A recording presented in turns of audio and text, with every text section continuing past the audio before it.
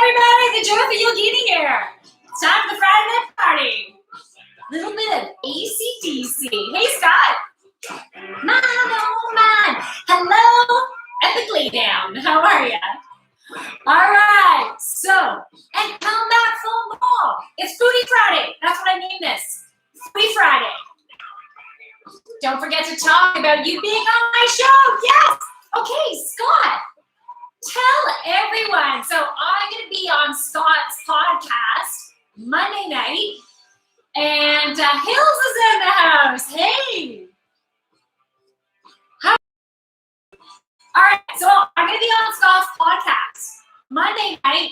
Okay, Scott, I'm not looking at the calendar right now. I think it's at 10:15 p.m. Eastern Daylight Time, like my time, Toronto time. Isn't it that? It's pretty late. Okay, please remind me. Tell everyone. And let's plug. I don't want to get anything wrong. Okay, so plug the name of your podcast because I'm not going to mess that up. This is Friday night. I'm not in a detail-oriented place right now. So help me out. Let's talk about it. Oh, okay. 10:15 p.m. your time.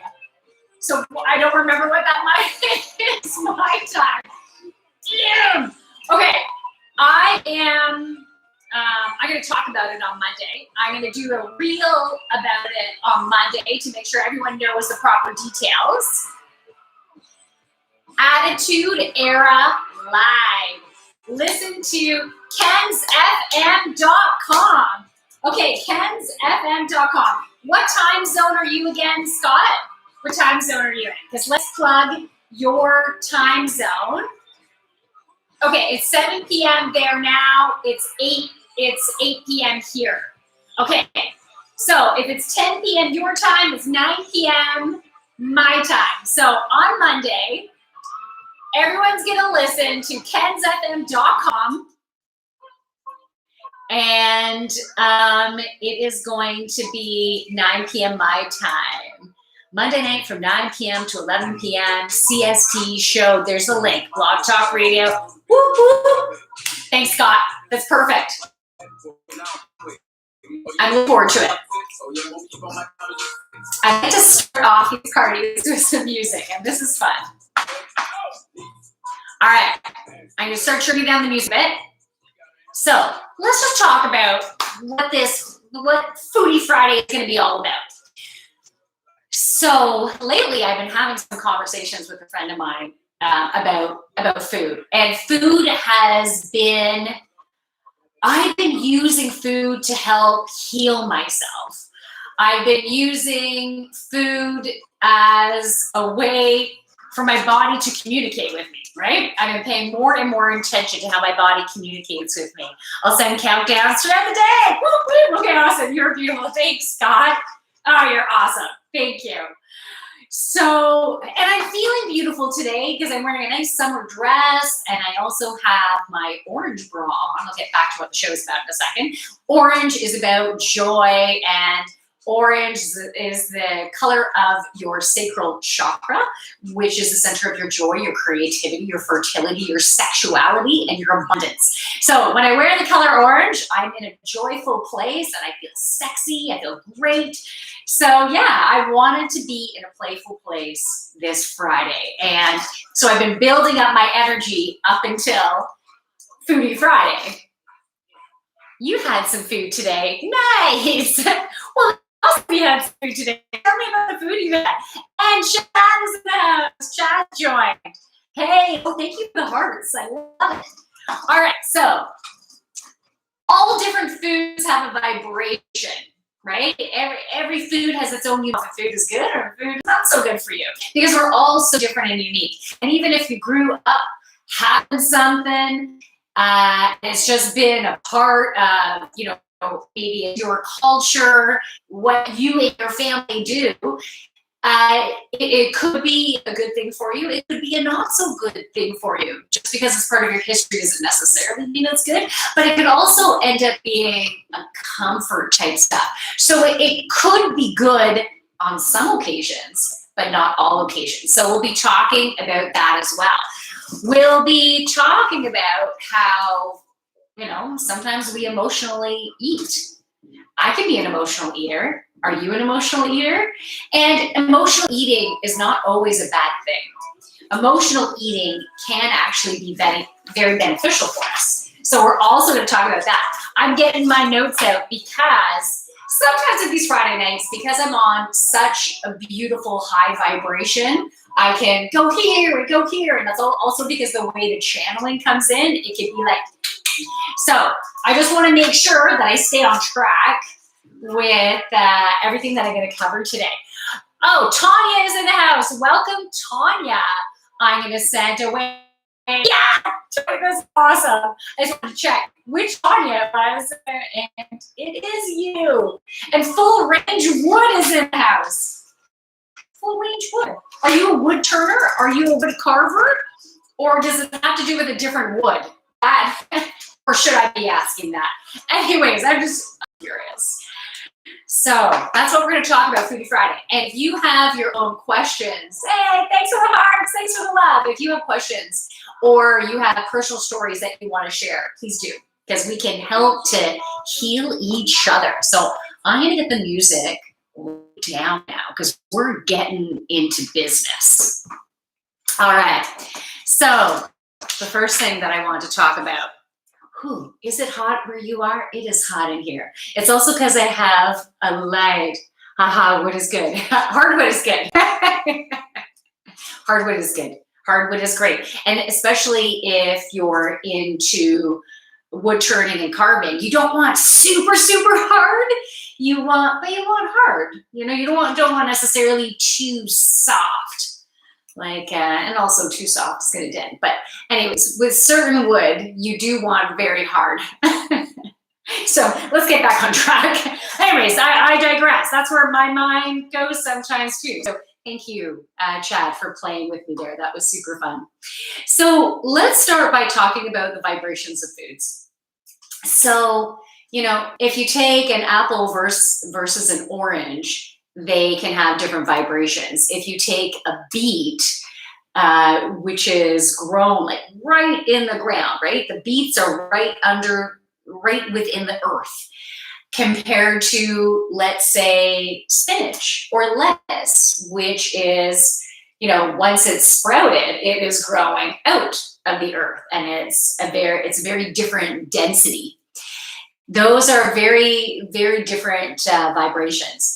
The color, I have a hair on my nose and it's making it very itchy. The color of a food can also give you an indication of the vibration. Cree Warriors in the house. Oh, what is Cree saying? Is this the Woody hour? We were playing with someone's fantastic handle. And yeah, we were talking about wood for a while, but now we're back on food. We're talking back on food again. I want to make sure I'm not missing any messages there. All right. So the color of a food can give you an indication of the vibration. The chakras. I do yoga. I do energy healing, Reiki. I gotta talk about the chakras with this too. The chakras are different colors, right? The first chakra is red. The second chakra is orange. Then we have yellow. Then we have green, but also pink for the self-love. Then we have blue, or turquoise. And then we have indigo, and then we have violet. So if you think about the different colors of foods, you can choose foods to help with healing certain chakras, right? So if you think about the first chakra, it is root. It is grounding down into Mother Earth. So you might even be able to guess what type of foods might help to fuel that root chakra.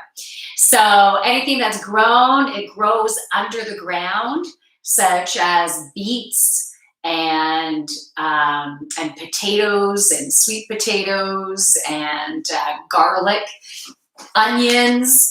So those are all more root vegetables, okay? So root vegetables can literally help with healing your root chakra. Who is that? Hey, gal, says Cassia. Hey, Cassia, how are ya?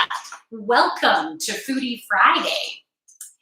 Okay. Had my first massage today. Loads of high energy for me the first time in years.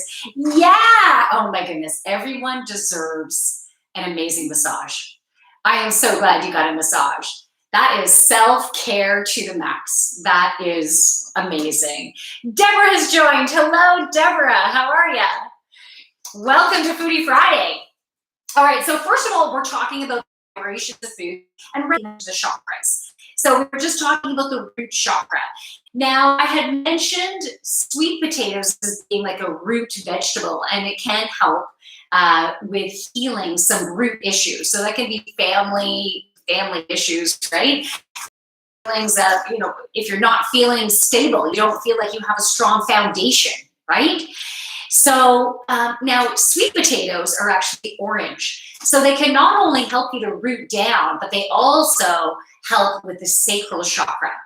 So even vegetables and fruits that have, let's say, a color of a certain chakra, or let's say two different vegetables. So hold on, let me give you an example of, let's say, carrots or oranges. Here's a better example. Oranges, and also carrots are a wonderful root vegetable, but they're orange and they can help with the sacral chakra, okay? Oranges versus sweet potatoes, let's say, they're very different densities and very different vibrations, yet both of them have a similar quality that they can help with the sacral chakra. One is more grounding, one is way more uplifting. So an orange can help you to feel more joy. It helps with that joy factor, that happy factor. It uplifts you, okay?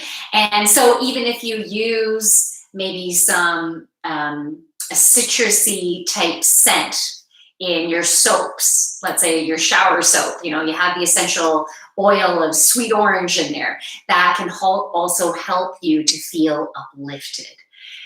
Okay, so I know we're going back to food because I mentioned essential oils, but I just wanted to bring that into the mix. So I mentioned the second chakra, I mentioned sweet potatoes, I mentioned oranges, carrots. Let's go to the third chakra. So the third chakra is yellow. So bananas, but also garlic, even though it's root, it can also assist with that third chakra. Kohlrabi, it also has some yellow tones to it, but it's also very, it's also very grounding too. Any others? Okay, so second chakra, I didn't mention turmeric, mangoes, passion fruit, and ginger, but ginger can also help with the third chakra, as well as kohlrabi, as well as if you think of like acorn squash, so like the yellow in there, that can also help. Pineapple, mangoes for that too. Let's say yellow peppers, lemons, corn now. Corn, if you can get it non-GMO, so non-genetically modified. I tend to stay away from corn, but that's also because I get a reaction to corn. I get itchy, so itchy up my legs. It's so itchy. If I haven't had it in a long time, I might be able to get away with it having one day, but then I cannot touch it for a while. Otherwise, it's mostly on my legs, but I can get it elsewhere. Why am I anyways, that's going into too much there. The fourth chakra. So fourth chakra is your heart chakra. So that's the color green. So beans, spinach, kale, broccoli. But again, they have different vibrations. The third eye. Okay, so this is the color indigo, so blueberries, blackberries, dragon fruit, wheatgrass, actually. I didn't know about wheatgrass. I just read that today about the wheatgrass. But this is your connection with your higher self. So if you're wanting to have better communication with your higher self, who has all the knowledge from this whole lifetime and how everything that you've gone through, to help give you guidance, to help you to tune in with what feels right for you. Helping you tune into that heart as well, right? What is an alignment with your true self? Okay, so what does Cassia say? It was brilliant. Okay, so about the massage, it was brilliant. Excited to hear about foods. Good. I'm trying to find new recipes. Beautiful. And feel free to share some recipe ideas if you're inspired. Okay, so with the third eye, I didn't even realize this for the third eye, but nuts and seeds can help with the third eye. Plums, that makes sense because even the violet color, red grapes, purple grapes, goji berries, and even purple broccoli can help. And then the seventh chakra, so your crown chakra, I just read up on this today as well, that fasting or juicing is a detoxifier. So that can help to open up your crown, which is your connection to source. Okay, so I wanted to mention all about that.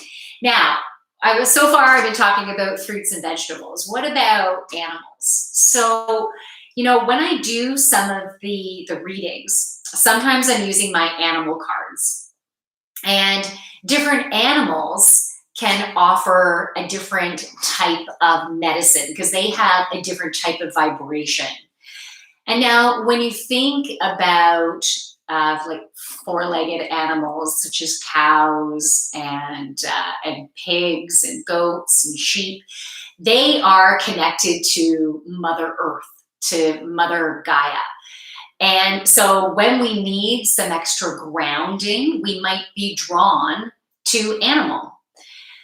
Now, those of you who are vegans and vegetarians, you need to listen to you and what is right for you, no matter what, right? You need to listen to you and what is right for your body or that connects in with your beliefs, your values. That's the most important thing.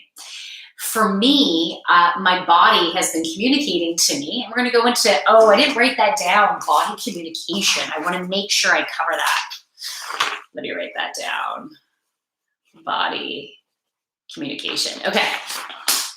Beautiful. So my body has been communicating to me better and better. And it's been telling me also that I need to do less animal products because of the heaviness that it creates within my body. And I'm needing more high vibrational foods to match the high vibration that I'm in because of the downloads that I'm having, the connection that I have with source and with my higher self. So I'm needing more high vibrational foods. But I noticed that there are certain times where I need grounding. And when I think about warning, this could be TMI, and Cassie, I want to read that in a sec, okay? So when I'm on my period, I usually either just before my period, during, or sometimes a bit after my period, I might feel like I need some cow, right? I feel like, let me plug in my computer. I might feel like I need beef to help me with grounding. And what is so interesting about this is the cow represents motherhood, nurturing, fertility, new beginnings, new life. That's what a cow medicine represents.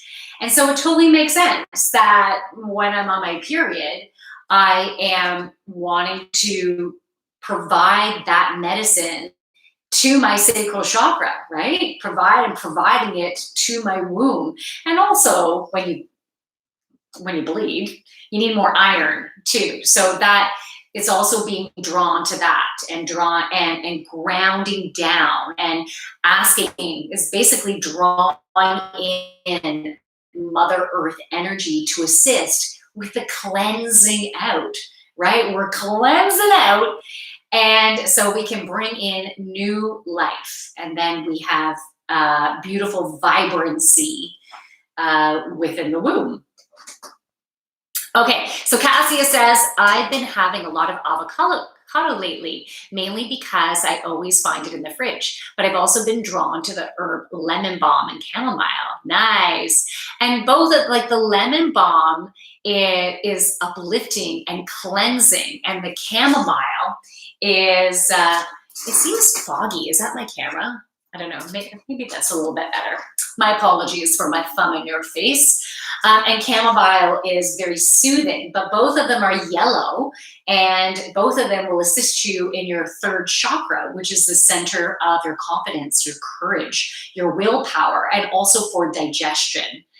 And that's why ginger is also very good for digestion. And it does have the color, it's a little bit yellowy, right? It helps with that solar plexus. So Cassia says you might need cow for iron if you're losing blood. Yeah, absolutely. Absolutely. Exactly. So now, and sometimes I feel like bacon, right? I really want some bacon. Now, bacon's also salty, and so I might be drawn to it for the salt. But cow is, so it's also related to Mother Gaia.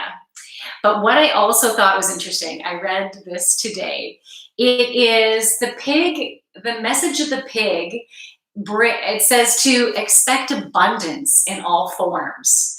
And when pig comes into your life, it's like you are on a lucky star right now.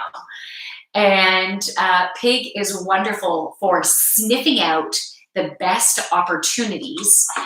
And you know how they like play in the muck, they roll in the muck, they snort in the muck, they're just all happy within the muck. And what that is a beautiful representation of is embracing the crap we go through. Like sometimes we go through some rough shit, right? We go through some rough time, not feel good about ourselves or not feel good about a situation, but then we learn from it and we grow and we come out of it even stronger. So it's representing from the muck to opportunities, right? And so I love that. So when you're drawn to certain meats or certain proteins, you think about the medicine that it can bring to you and the vibration. So those animal proteins are definitely going to be associated with grounding you down too, which I think is really important. So before we get into emotional eating, I wanted to talk about, and feel free to add your comments, okay? So we can keep this interactive, 100%. And if I'm channeling anything through, that's the reason why I might not look at messages for a little while. So if that happens, then it happens, and I go with the flow, and then I'll be with you soon to check your messages. So because I wrote these notes, a lot of this, like the stuff so far hasn't been channeled. So channeling, I'm assuming will come a little bit later, but all of this is meant to come through. Well, I guess some of the words are coming through. You know what? It just comes naturally then. I just might not be noticing when I'm getting a bit of a channeling sometimes. Okay, so communicating to your food, communicating to your body, or your body communicating to you on how a food might be reacting to you. Now, I went through a huge cleanse. So this was a little while back. I was having some health issues. So I've mentioned this on some other streams. I was dealing with symptoms related to Meniere's disease. It has some accents on the E's, Meniere's disease.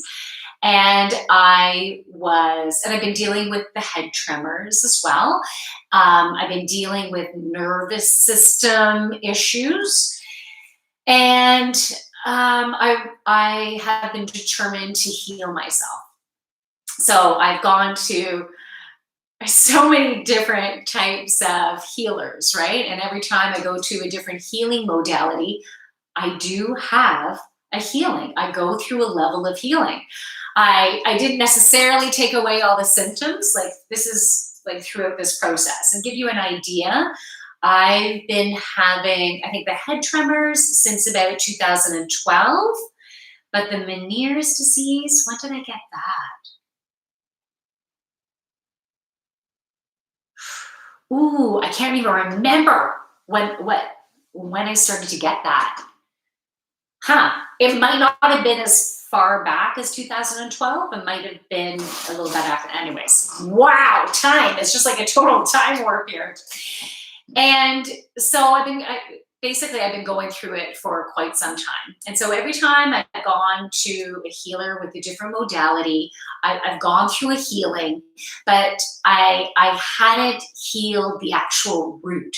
So I've gone through layers of healing, layers of understanding as I know myself better, as I get better at even understanding my body and the way I tick and where my mind is, how my thoughts create my reality.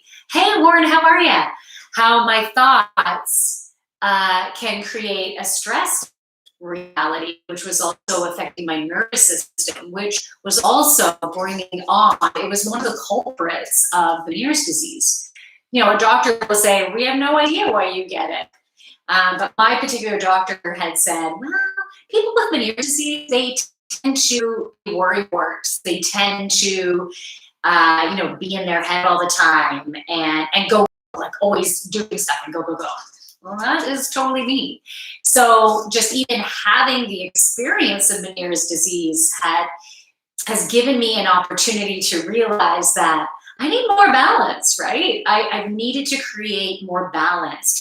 I need action and doing stuff, but then I also need the opportunity to slow down and chill. Being my masculine side, being my feminine side. I needed to have that balance. And so so how many years ago was this? Maybe about 4 years ago, I went to see an osteopath that actually put me on an anti-inflammatory diet. So they wanted me to remove almost everything out of my diet. I was able to have meat, but I was able to have vegetables except for root vegetables. I couldn't have any root vegetables, nothing that could potentially cause inflammation. Even the spices, I couldn't have spices, but I could have herbs. No dairy, no grain, no potatoes, no rice. I could have a little bit of sweet potato here and there, so I could get some deeper carbs, or a little bit, feel like I was grounding myself down a little bit. And no alcohol and no sugar. And no chips or things like that. No candy, no, the only sweet I could have would be fruits, but I also needed to limit the amount of sugar I had. So that includes limit the fruit. And what this process was supposed to be, and again, I want to tell you, I am not a naturopathic doctor. I am not a dietitian. You need to talk to your doctor if you're going to go something with this. Get assistance from a professional, okay? I'm just telling you my experience of it, and see what it might inspire within you, and see, if maybe you take some stuff and maybe throw some stuff away, okay? So I did this anti-inflammatory diet, and I needed to be off of everything for 3 months. So it was a pretty long time, 3 months. And then, and I did not realize this because he did not explain this until the 3-month mark. So now I could introduce one thing at a time. But let's say it's something like cheese. I could bring in one kind of cheese. And I know I already had dairy issues, but I thought it was pretty good with, let's say, goat's cheese or sheep's cheese. So if I was to have, I could try, let's say, sheep's cheese for 3 days. That's the only thing I introduce, and I keep eating in my regular diet. And then I take it out, and I don't have that again until this process is ended. And then I could try another item, and not within that same category necessarily. So I wouldn't necessarily go back to dairy, but then maybe I would try a pepper. Maybe I try a red pepper, not a green or yellow. I'll try a red one. And then in the meantime, over these 3 days that I'm having it, I had a food journal and I had to track how emotionally I was feeling, what was my energy level, how did I sleep, how were my interactions with people too? Like, did I have a short fuse or was I cool as a cucumber? Did I get tired or did I feel energized? Or, I needed to track all of that with every single food.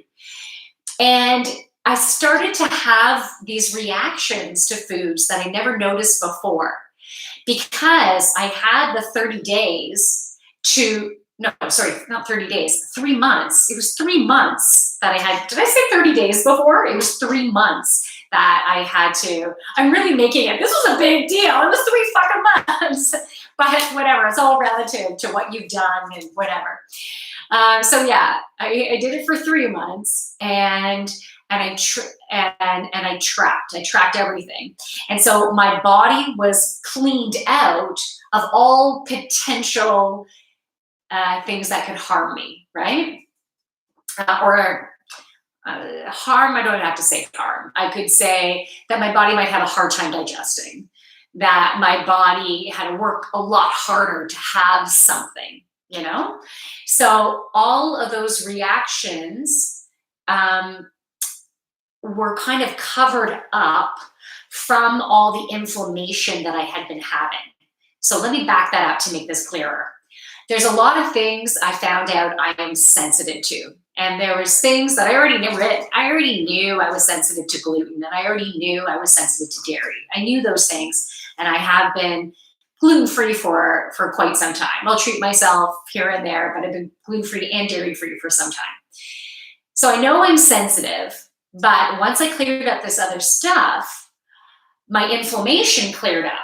And my inflammation was preventing me from getting the signals from my body. My body couldn't communicate to me very well about the slight little nuances that might happen if I eat this or drink this.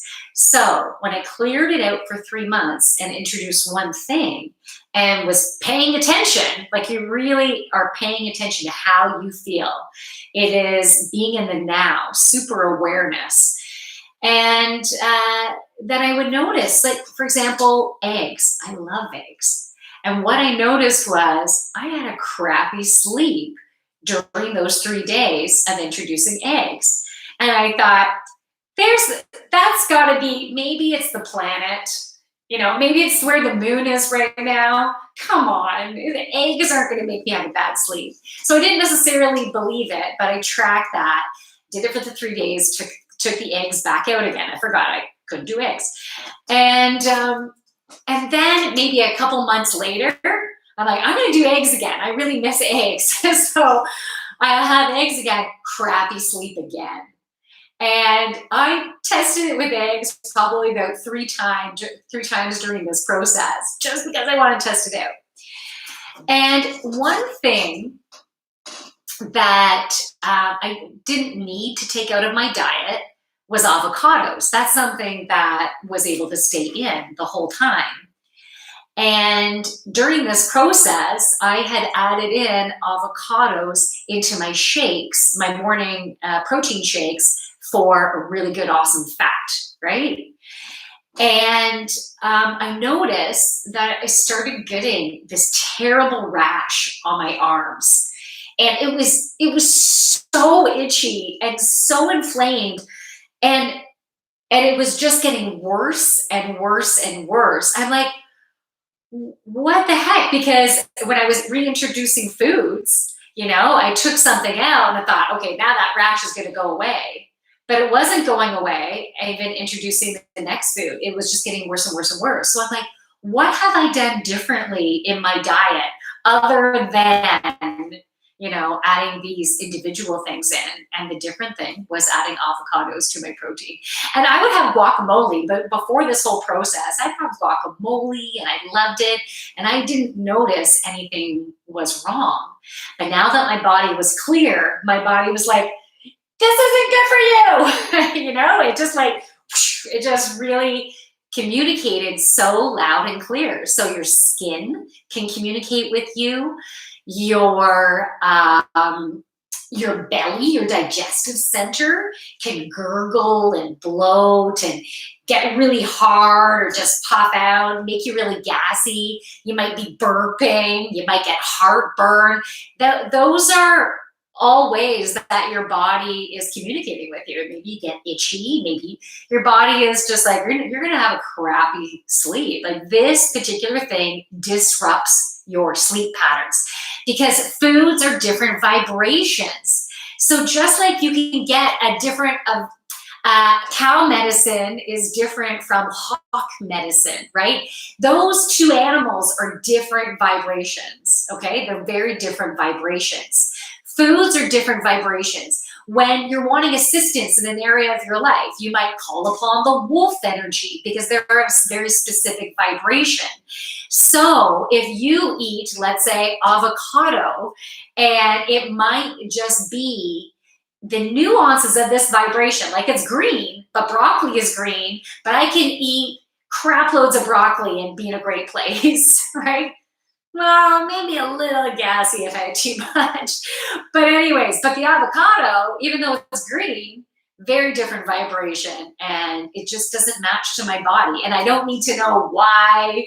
At first I might be like, fuck, that freaking sucks because I love guacamole, right? Like, damn. But then when I think about having that rash, what would I rather? Would I rather do something to my body that it's like, I'm not happy.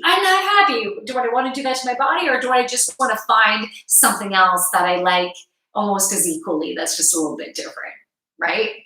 So I took the avocados out of my shake. Now, to introduce one thing at a time, it took me a whole year to go through this process. So overall, eating so super clean, right? Anti-inflammatory, like crazy clean. Going through Christmas, going through Easter, going through Thanksgiving, going through all of these holidays where people are having wine and desserts. And I'm like, oh my God, like this, I had to have the best willpower ever because I love having fun. I love being part of celebrations. It was really tough. And I just kept reminding myself, you are helping to heal your body.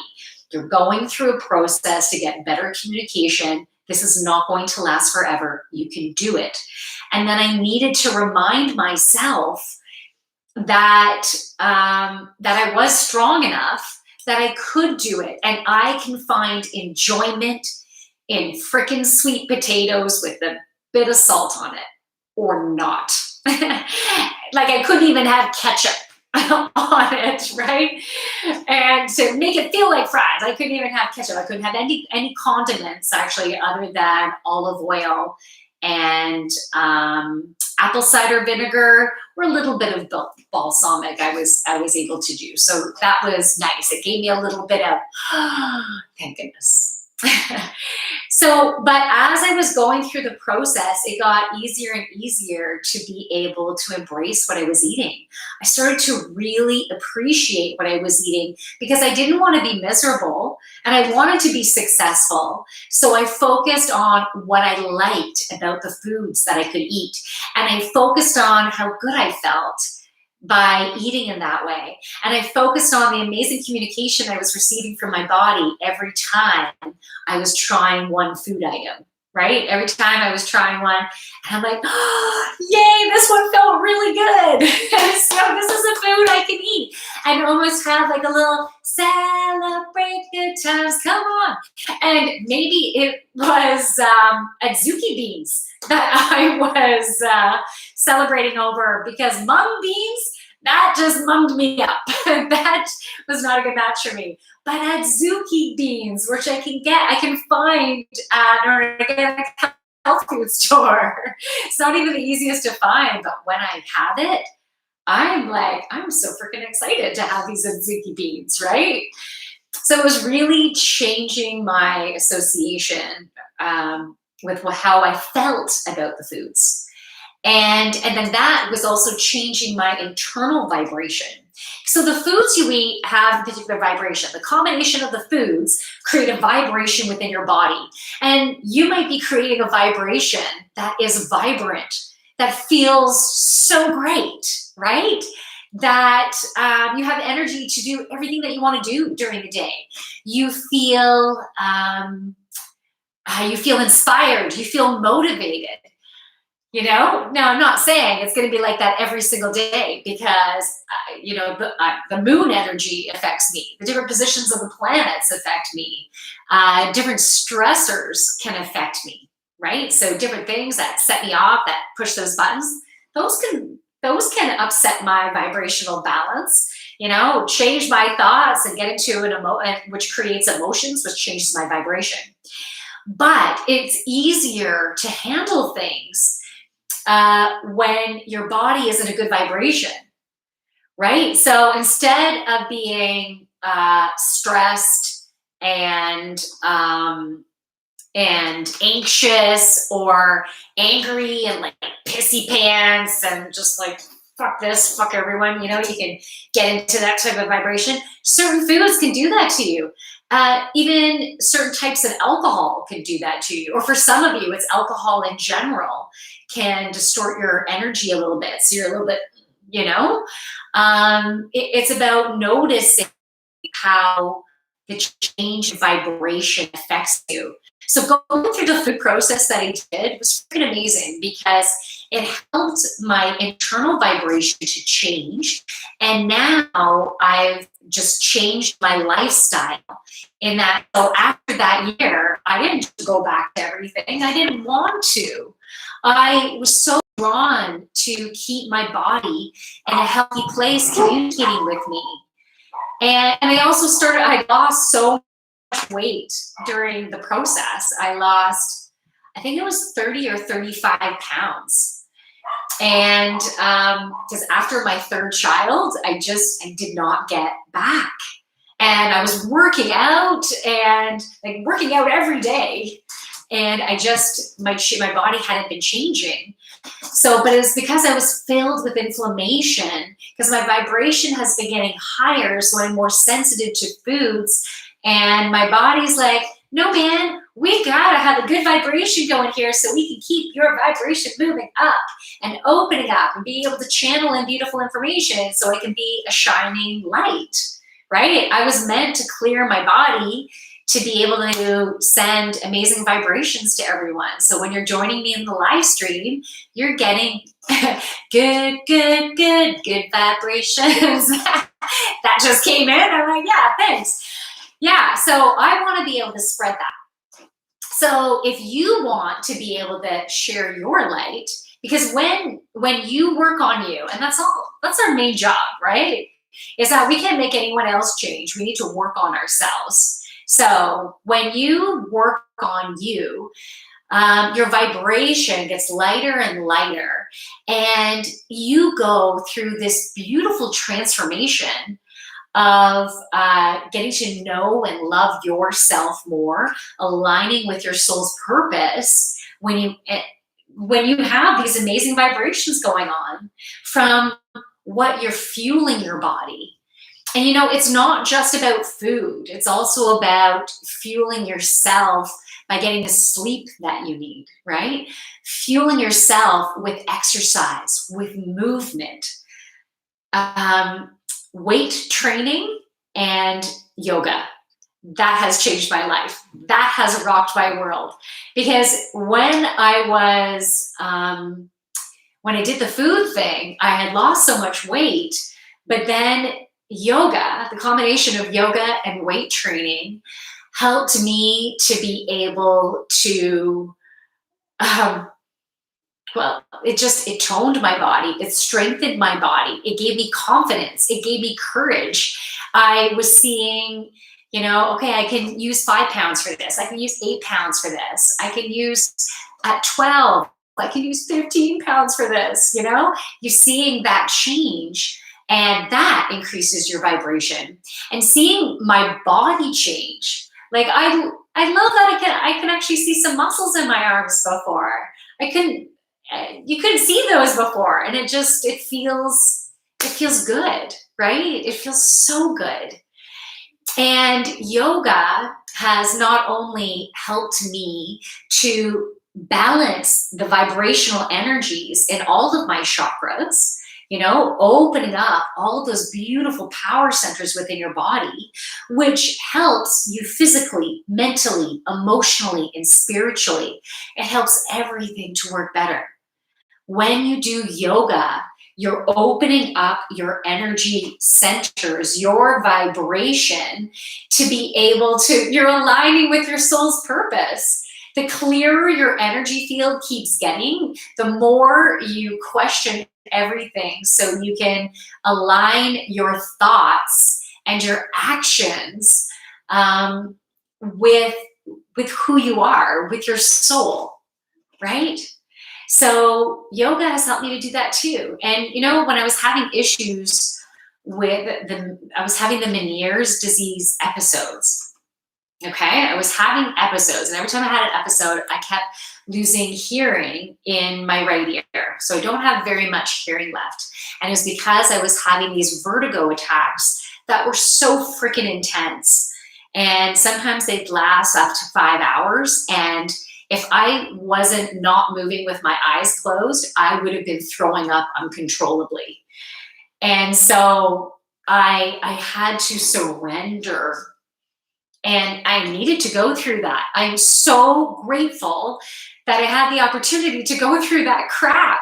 Like, that was my muck.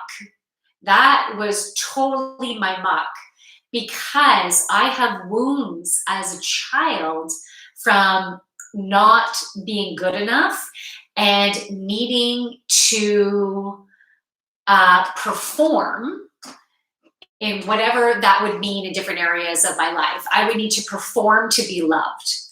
And so I was always in my action place. I need to help people to feel better. I need to not do something that's going to upset someone else. I don't want anyone else to feel bad because of me. I want to make them happy. I want to show them that I'm worthy to be loved, right? So making choices coming from those wounds. And so having these episodes, and this can be different and come out in different ways for each of us, right? This is just the way it happened to come out for me. This was my flashing billboard side of, you got some shit to heal, okay? Flashing billboard, you got some shit to heal. So yeah, when I would have to surrender, and I couldn't take action at all, and I needed to ask for help. So because I would lay there, not be able to move, not open my eyes, and I might need to go to the washroom, but I can't fucking get there on my own, because if I were to try to move, everything would spin and I would start throwing up. Like, it was the most unsettling. I'm getting this as emotion coming up. It's so good. Helping to release energy. And if you can relate to this, you can help to release it right now as well. Okay? So if you can relate to this, allow your body to release the energy associated with the wounds, associated with the trauma. Okay, I'm going to take a sip of water and then find the channel again.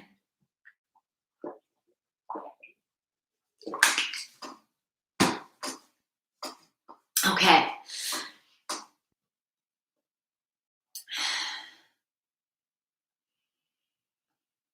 Okay, so where was I?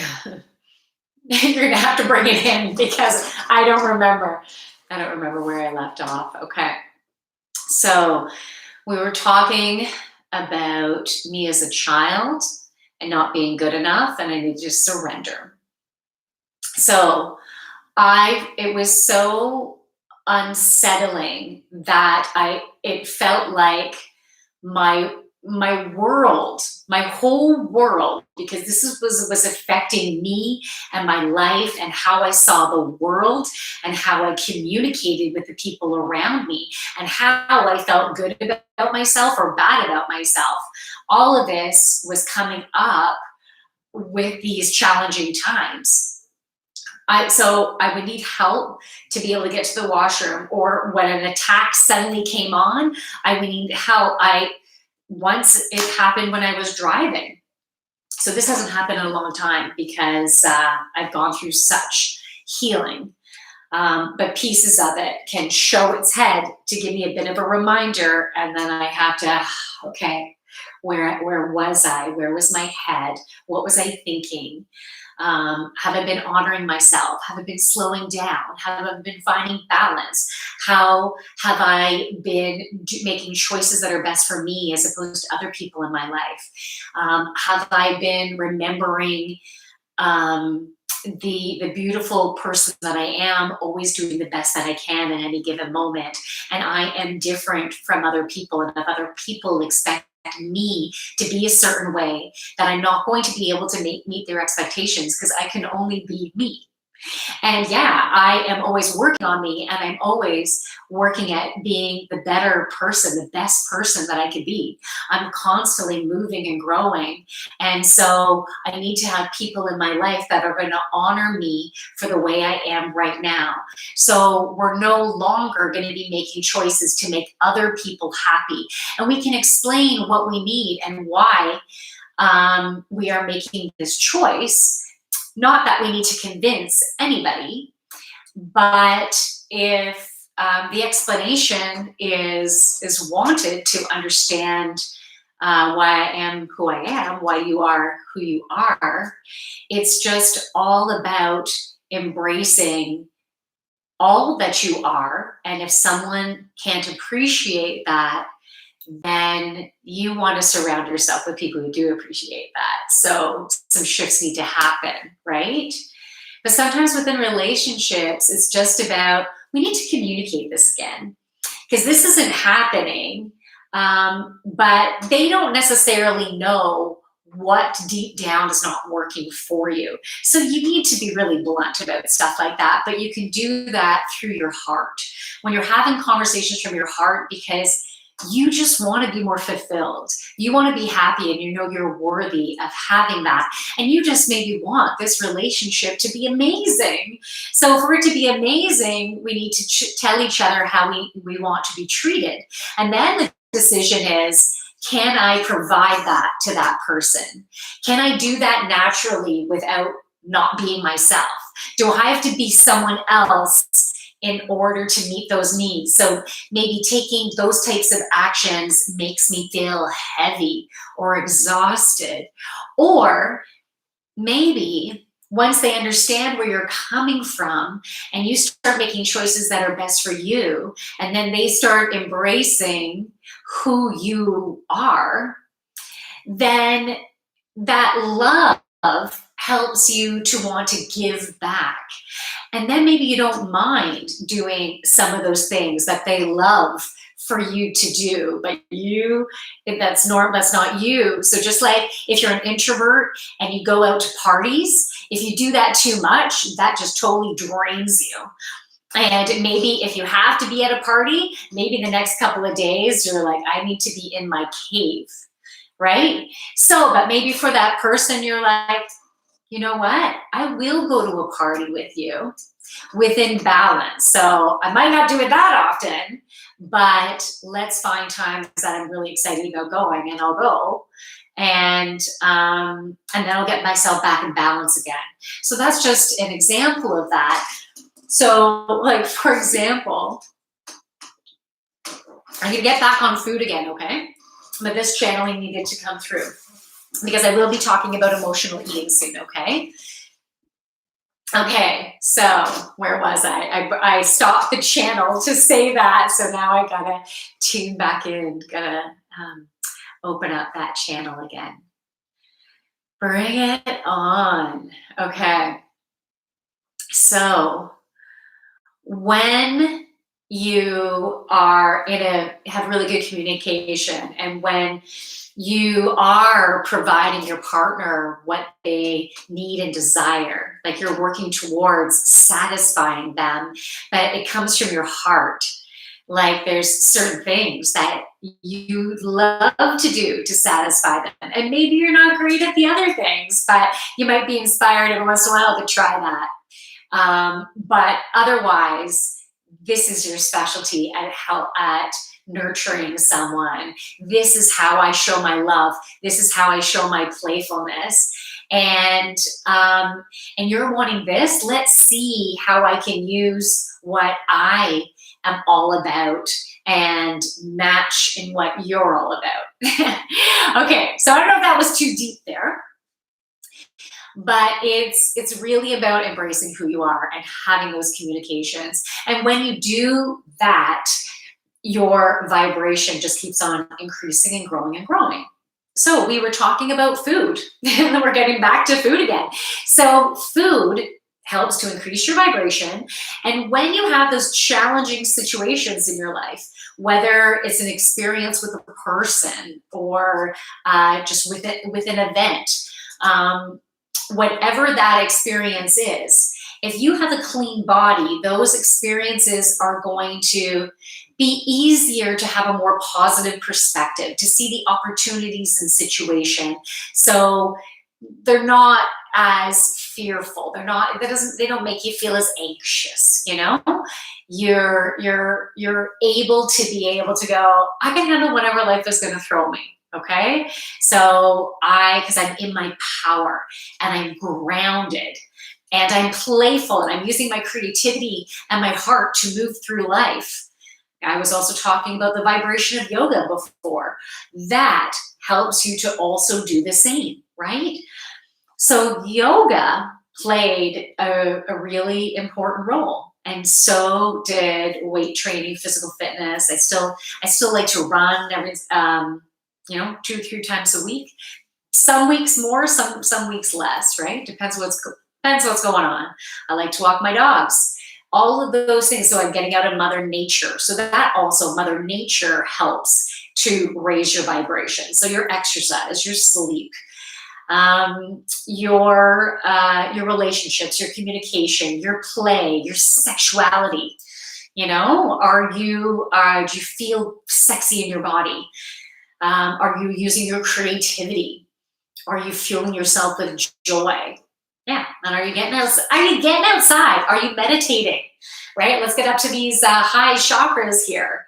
Are you meditating? Are you taking quiet time? Are you tuning out from radio and news and TV and iPads and all that?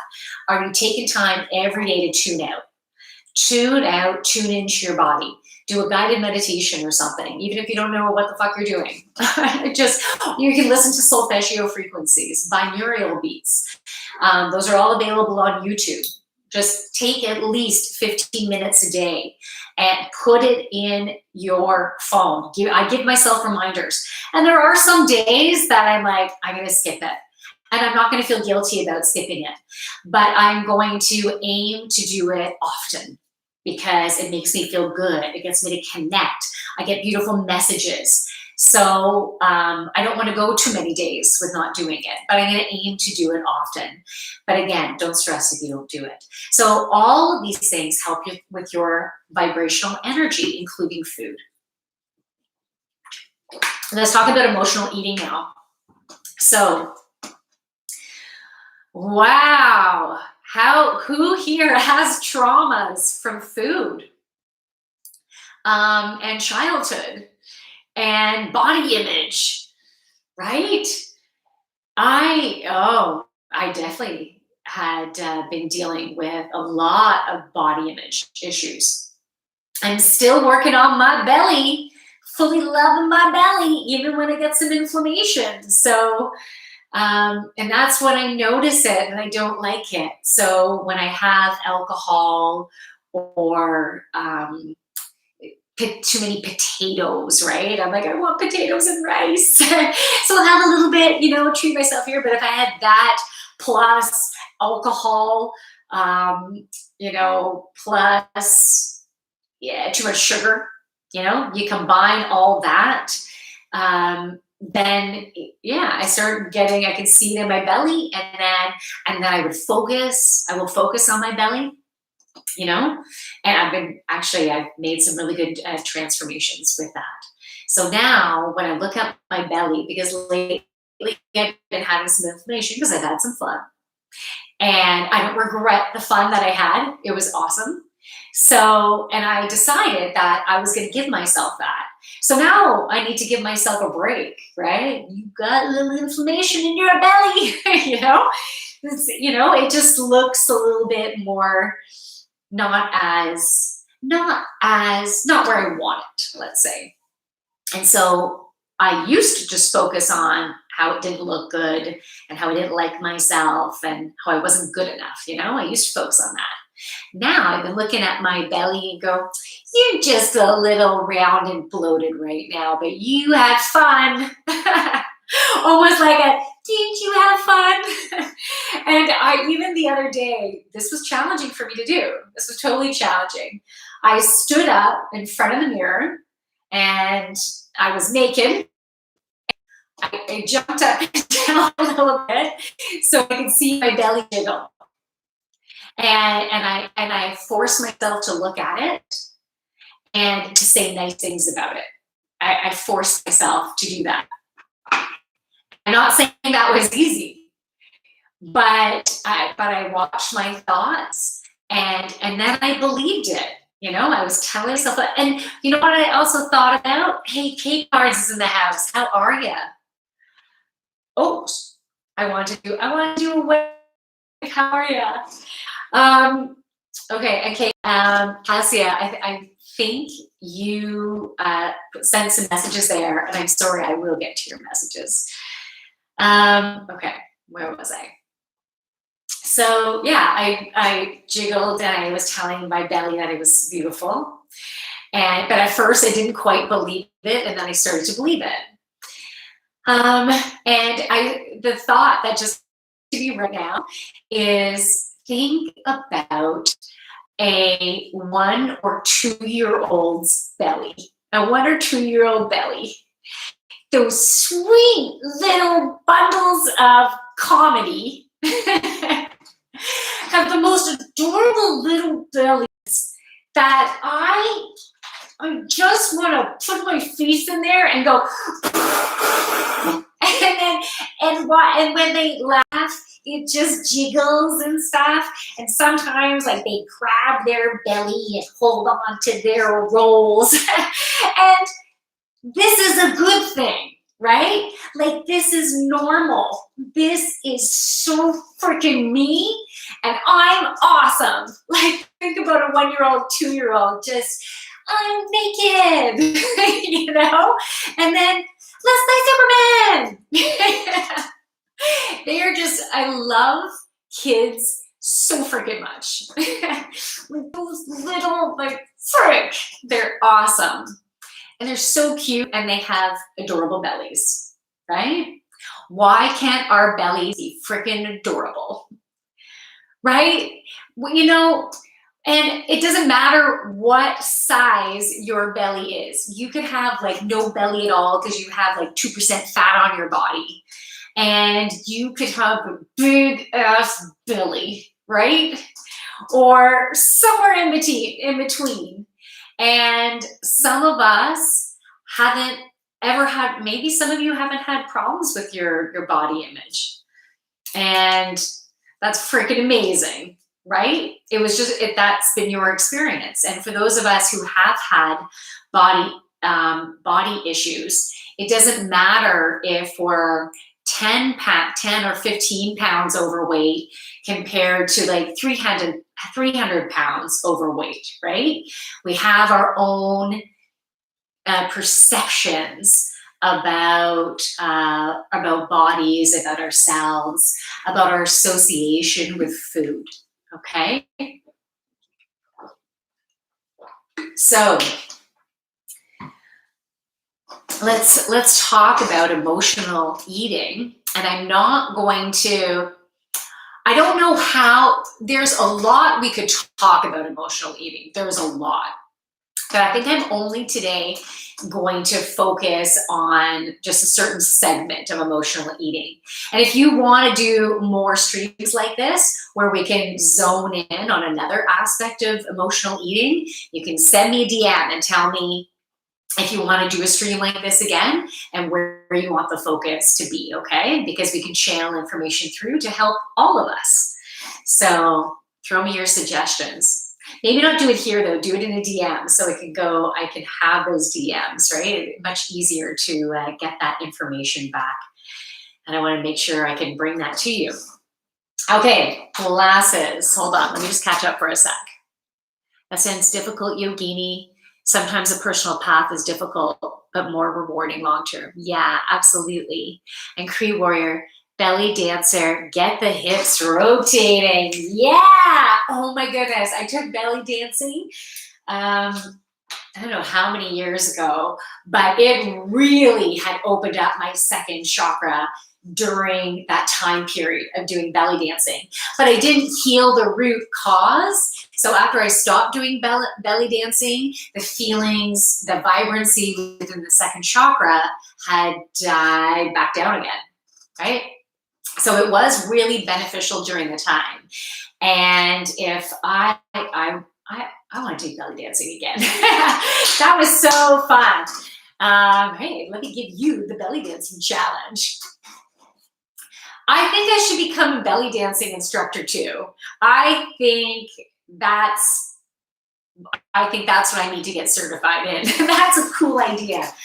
That I don't know when the timing of that will be right, but I'm open to guidance and direction. I think I need to sign up for it now if they have it. Belly dancing class. Okay. Let me just start with taking a belly dancing class before I would consider certification. Let me just get it. But that would be neat. Okay. I digress. Okay, emotional eating. Here we go. Okay. Food, we have an association with food based on the experiences that we've had, the people that we were surrounded by, the culture that we come from. Food for each of our clans, our families, and then the whole like lineage of where you're from, and from your grandparents, your great grandparents, great grandparents, all of them have had associations with food. And some foods have an association of celebration, of some foods about fantasy. Some foods are about let's celebrate life, or beverages that are about let's celebrate life. We have an association with food about that's bad for me, that's toxic, that that will make me feel fat, or I will get fat. That food is, if it's not detrimental to my health, it is causing. Sorry, I was getting in the middle of the channel. I have to let it flow again. My apologies. It's just what it is today. It's okay. Hold on one second. I need to ground down more. That's what I need to do. Hold on. Let me ground, people. Let's ground together because I want to continue with this emotional eating, okay? So let's ground down. If you can, put your feet flat on the floor, or if you're lying down, that's fine too. So you can picture roots coming up from the bottoms of your feet, or even from your heels, going down into Mother Earth. Feel these roots, whatever color they are, whatever texture or density they are. Maybe your roots look like a piece of artwork going down to Mother Earth. Maybe your roots almost have a calligraphy representing the vibration of who you are. What do your roots look like? think about that. Think about who you are. Think about the uniqueness of you as, let's say, a tree. You can use that analogy. Picture yourself as a tree right now as we're rooting down into the ground. But you are a very unique tree. You're not any of the trees that you've necessarily seen in this world. Or are you? Are you like a willow tree? Because that has a different vibration than an oak tree, that does a maple tree, that does a pine tree, a cedar tree, cypress, sandalwood, purple heart. All of these cherry, all of these woods have a very different vibration. Are you like a cherry? Or are you like a combination of a cherry wood, a walnut, and a maple together? Is that your unique combination of your tree? Are you a tree that shows flowers and wants to like light up the room? My tree definitely has flowers. My tree for sure has flowers. To me, that's such beauty. Does your tree bear fruit? Does your tree give joy through giving sweetness of life? Or is your tree giving you that more nutty type of ha ha ha energy? That's funny. Okay, my guides are freaking hilarious. Okay, very cool. Awesome. Okay, let's get back in this ride here. Let's get back in the ride. Let's ground down, okay? So picture you as a tree in any way that comes to you. You don't have to think too hard. You don't have to think about what are the qualities. Is that really hard? I don't even remember. What is that good for? Is that good for a roof? Or is it good? Okay, so you don't have to go into that at all. All you can do is just see what colors come of your tree. And if you do think you're a fruit-bearing tree, then you can think about that. You can think about nuts. You can think about the types of beautiful foliage that you have on there, the types of animals that are attracted to your energy. You can, if you want, you can think about all that or not. It's up to you. Maybe it's just you're a unique color. So get as creative in depth or surface with your roots, okay? So let's take those roots and let's breathe them into Mother Earth, okay? So we're going to breathe into the root. And as we breathe out, picture them flowing out from your feet. Maybe they're also coming from your ankles and your calves and from your thighs and from your buttocks. You know, they can be coming from wherever, and they're going right down, and they are wrapping around the beautiful, massive, gorgeous crystal in Mother Earth that is representing all of the beautiful vibration that Earth holds for us. All the animals and the birds and the water and the soil and all of the crystals and minerals of Earth. It's very different vibrational energy from Jupiter, from Saturn. Earth is very unique. So if you have an appreciation for what's on this earth, no matter where it is in the world, you are having an appreciation for Mother Earth, for Gaia. So I love dolphin energy. I would love to be around dolphins all the time. That would be a dream come true, to be able to be around dolphin energy all the time and beluga energy.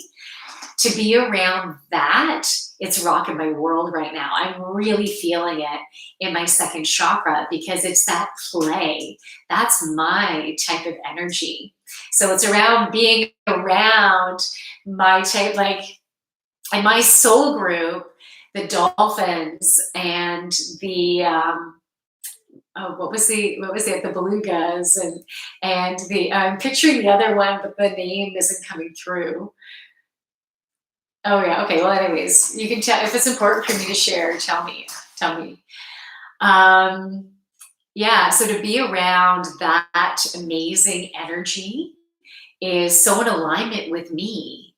So, what's in alignment with you when you think about the different things around the world that you appreciate? So, if you appreciate kangaroos are just freaking cool, um, foxes, beavers, moose, um, and the different types of birds, like the blue heron is so beautiful and unique. So when we have for other fish, when we have an appreciation for all that and for certain like beautiful rainforests and beaches and seas and just beauty, we have so much beauty on this planet that it would be incredible to take all of that in your lifetime, right? To be able to travel again, right? We need to be able to travel to experience the beauty. Our planet has been going through all of these disasters as a clearing out, a starting fresh. We need to change the energy here, people. So we're changing the energy of the soil and the water and the air. And we're wiping that clean because it needs to start fresh. And we can have new energy, just like when you have an old couch that's ripped and you just don't feel good in. It's time to get rid of that shit. Get rid of it. Bring some newness, right? So refurnishing your home is a beautiful way to shift the energy within your world. And that's just as important as what you're fueling your body with. So have an appreciation for the earth. It makes the whole earth healthier. And you're utilizing that energy to help yourself to heal. So if there's something around the world about the world that you're just so much appreciative of, give that energy. If everyone focuses on something they're so appreciative of, maybe it's one thing, maybe it's 50 things that you think about in a really great way that you're in so appreciation. It's just like a plant. Talking to a plant, I love you, you're amazing, singing to it, giving it attention, it thrives. It's a living thing. You're giving it attention. So give the world attention in a beautiful, positive way. I love the sea. I want to be, oh my God, like so bad. I want to be able to go to a sea. And I need in order for me to experience that, I need to trust in myself. I need to totally trust in myself that I am good enough, that I'm smart enough, and that I have something to offer the world that people are going to want to work with me. And so that gives me in a place of having financial abundance, which gives me an opportunity to see the world. Right? Like I want to be able to go out to different places in the world. So I am going to be in a successful place, and to be in a successful place. So I want you to relate to this. If you don't, it's okay, but I would love for you to relate to this. If you want to be in a successful place, you need to believe that you can achieve that, and be in a place of knowing that you have all the ideas and inspiration because you're being fed that through your angels and guides when you're asking for help. And when you make decisions from your heart, then you are getting in alignment and you are being successful. So then you can do things such as traveling. And we need the opportunity to be able to do that, because if we can do that, we can help to heal the world now. We want to heal the world. So yeah, we're getting vaccinated for those of you who feel safe. If you don't feel safe about getting vaccinated, then don't do it. Only do it if you feel safe. Because if you don't feel safe, then it should be your choice to not do it, right? It should be your choice if you don't feel safe. Because if you don't feel safe, you're taking on the the vibration of I'm not okay. And so if you're forced to have it, then it's like, this is not feeling okay because I'm not going to be okay if I have it, right? And so it's not going to be a good match for you. So all of the governments need to give us the opportunity. They need to give us the opportunity to be able to choose if we are going to have something or if we're not.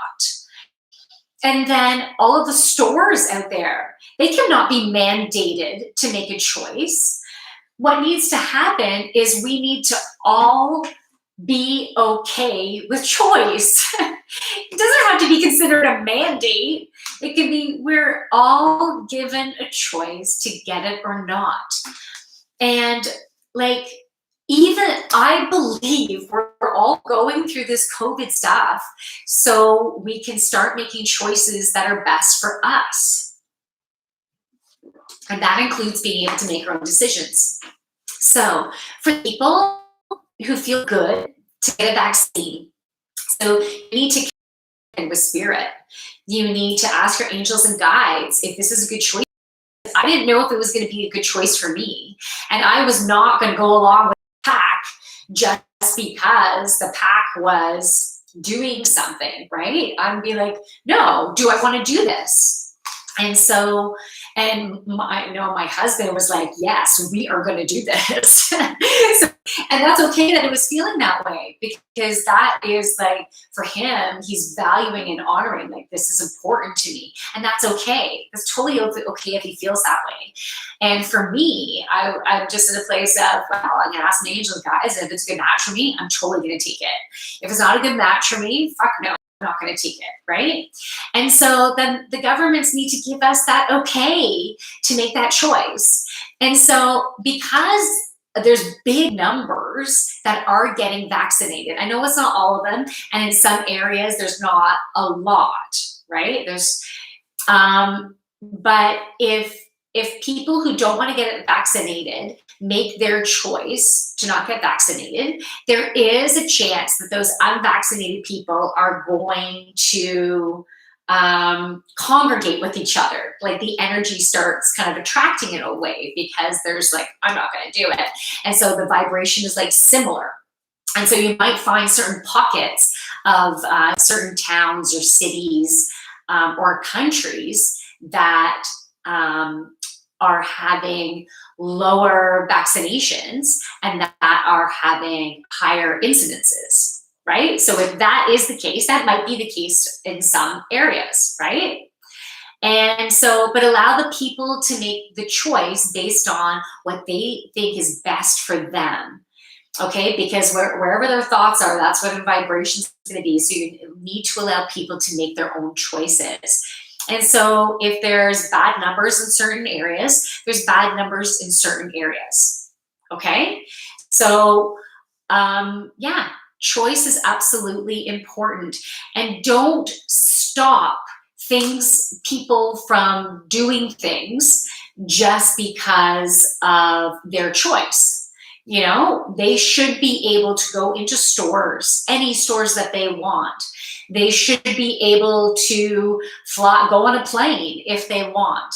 The people who are getting vaccinated are the ones that, I hope, this is what I hope, is that the people who choose to get vaccinated are because they have the message that this will be a good thing for them. It will be a good match for the vibration. It will help to keep them safer because they're making this choice. It'll help at least be along their path. Not saying that they might not perish, right? We still, if it ends up, that could be the best choice for them, because they're just within a circle of helping this person and this person, this person to experience something to help them with their path, with their vibration. It's part of a contract to assist them and help each other to grow. So we just have to trust within our experience, doing what we feel is right. So I got double vaccinated. Now, my vaccines are actually 2 different vaccines. I still feel really good about it. I actually feel extra protected.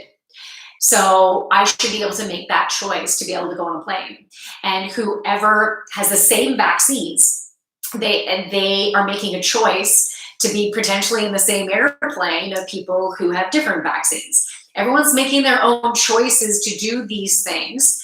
You can wear masks to help protect yourself. You can wear like big fucking shields and like armor to protect yourself.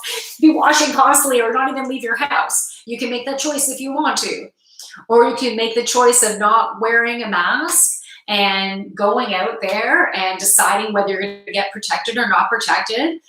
And everything will even out, you know, instead of being forced. We should never be forced. So, wow, I did not know that was going to come out, because I did. Jackie, not the channeler, or I am the channeler, but not the channel. Jackie didn't know where she stood. So she didn't know where she stood on this until now, because of the channel that came through. So that's very cool. That is very cool. And I was saying myself in the third person, so that was interesting. Okay, so back to emotional eating. This is an awesome channel coming through, everybody. Holy crow. I hope you share this to whoever you think will benefit from the message. If you can't think of anyone that will benefit from the message, then don't worry about it. But if you can think of someone who would be a good match, then let them know about it. All right, so am I missing any messages? No, I'm not. I'm good. Okay, so emotional eating. So I'm an emotional eater, and this is how I explain it. Well, you get, Hillary, how are you? Hey. Good to see you. All right, or I'm seeing your words, but I'm feeling your energy. So anyways, it's good to have you here. Okay, so emotional eating. Yeah, so I was saying I'm an emotional eater. When I'm in a fun place, you know, I'm like, wow, I feel like a party. I feel like I want to socialize, feel like I want to play, you know. When I'm in that space, it's a fun space, right? My second chakra is just like, I'm so joyful. I just want to be so creative. I just want to have so much fun. And I'm living through my heart, you know, like it's like, it's a good place to be in. It feels really good. And so, sorry, I lost the channel there for a second. And so sometimes I just want to I want to take what I'm feeling and bring it up a notch. So it does feel like a party, because that's what I want to create. So that I'll bring it up a notch. And so I might do that in different ways, right? I might have a bit of pot, you know? I usually save it to like a Friday, but I'm not always attracted to it. But yeah, lately the past, I think 3 weeks or 2 weeks, anyways, I was attracted to raising my vibration in that way so channels could come through, because I love this feeling of being so incredibly connected. Like it really opens my channels, you know what I mean? And I can get streams coming here and here and here, and it's a cool feeling. It's a really cool feeling to be able to connect in that way. So I'm using cannabis as a medicine. But in some cases, some medicines are not good for certain people, right? Just like the medicine of the avocado is not a good match for me, right? Or corn is not a good match for me. But avocado might be amazing for you, right? Or, you know, the medicine of lemon, helping you to cleanse, detoxify. Lemon is so wonderful for that, especially when you add turmeric. Turmeric is, sorry, why am I saying sorry? The turmeric comes, really helps with that third chakra, but it also has second chakra vibrancy in there too, which is really nice. It connects in with that second and does that third with the turmeric. And it helps to, I see like a pressure cooker going, and I feel like a soft rain, like a soft sprinkler almost coming across your system and cooling. It's beautiful medicine, turmeric. I find cumin is wonderful medicine as well for that, you know? But again, it might not be a vibration for you. So that might not be your medicine. But that type of medicine works really well for me. So when I'm in a good place, as I was saying, I want to get to just bring it up a notch so it feels like a party. So I might have some dairy-free coconut ice cream that is chocolate peanut butter. That is my absolute favorite. So I just love it. And when I do that ice cream, I might put on almond butter over the top, or sometimes it might be like the chunky almond butter, so you get the little nuts in there. And what else? Sometimes I chop up almonds and put them on top as well, or even frozen berries. And I thaw those a little bit and then put those on top. Like those are my masterpieces, you know? That is a high vibrational dessert. It's a high vibrational dessert because of the sugar in there, even though it's more natural sugars that are in there, and even though I'm not having dairy, but it's also a higher sugar content. And I just got the image of the hummingbird, and I spoke of hummingbird earlier today. So that hummingbird energy is very joyful. And so having a bowl of ice cream like that is giving myself a burst of hummingbird energy. That's what that is like. Oh, I should do this. I should do this. Like, you know, get some ADHD in there, right? And but it feels so good, right? It feels so good to be able to do this, and this, right? It feels good. And getting some of that feel good energy is a good thing. It is a really good thing. And so every once in a while, I like to give myself that hummingbird energy. But too much hummingbird energy for me is not a good thing, because I already am very much hummingbird energy. I really am. I need to get a tattoo of a hummingbird. And I definitely need to get a tattoo of a hummingbird. And so, that's my energy. So if I have like ice cream on one day, and then I also have a glass of red wine, holy fucking hummingbird energy. That is more like energy like, okay, honey, you need to take me now. Like, just, it's good energy. That is great energy. But too much of that, what happens is my crotch starts affecting me. Isn't that interesting? Because that is too much second chakra. It's like, that second chakra is freaking on fire. Like, most people can feel that second chakra, right? But that is a good thing. That is a good thing for other people to feel second chakra energy, right? Because second chakra energy it's sexy energy, right? Second chakra energy is sexy energy. And you can get sexy energy from anybody, right? But not everybody. So it depends if your second chakra is wide open. Because when your second chakra is wide open, where mine is, it's just like, hallelujah. Okay? This is, and it feels good, okay? It feels good. And my second chakra can be more open and closed depending on what I might be going through, right? and then I have to find my way back. When it closes, I need to find my way back to reopening it. And every time I reopen, I'm aligning with who I am, with my true self. And that feels good. But we need to have an awareness. And so for me, hummingbird energy is great, and I need it every once in a while. Bring it up a little bit. It's part of, do I need it, or do I want it, or does it bring me fulfillment?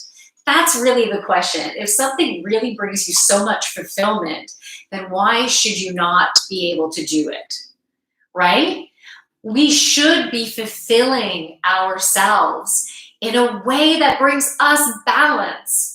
So what brings you balance? What do you need in your life? And when you realize the different elements that you need to surround yourself by people who embrace you for all of those elements that you fulfill in order to feel like you're in your heaven on earth.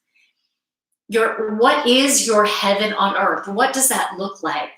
When you think about, I don't quite remember the story about Adam and Eve, but the energy I get from that story, I'm very thirsty. I just have to fill up here.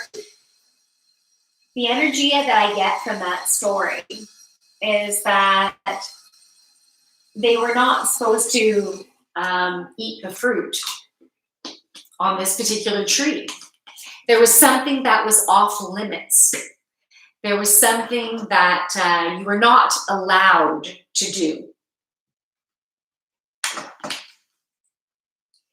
Who decided if you were or weren't allowed to do something? Because if this fruit was not poisonous, it was not toxic for your body, for your mind, for your spirit. Like, if that particular fruit brought you balance, why not have it? Who decides if something is good or bad? It's just an experience. Maybe this fruit would make them feel incredibly sexy, but not connected with the heart. Maybe that's what it would do to them, right? I don't know. I'm just making this shit up right now. I'm just giving you an example of a type of vibration and how that would feel. When you don't have a proper, this is good. That's incorrect information. Think about that vibration of, is that proper? Okay, so that's inaccurate information. That's just perception. Okay, so we don't have an open heart, and we just connect someone with our second chakra. So it's all about sex. That's really just what fulfills you. It's just sex. It's doing lots of sex. It's having that feeling, that explosiveness of sex, and your life just seems to be sex, sex, sex. And then you're not, you don't have the balance of different areas of your life. Because if it's always just about sex, sex, sex, then are you fulfilled, or are you lacking stuff in other areas of your life? And if you are totally happy in all areas of your life, then whatever you're doing, it's working for you. Okay? So it doesn't make you a bad person. It's if you feel balanced in the different areas of your life, you like your lifestyle, you're owning it, you're doing it, you feel great, you're having a good fucking time, you're lighting your light, you're having a blast this lifetime because you're doing what feels so fucking sexy for you. Okay, so if you're doing that, that's fucking awesome. Keep doing what you're doing. You are not a bad person. You are perfection. Total perfection. Okay, and those individuals out there that you do have some areas of your life where you're not feeling fulfilled, why not change them?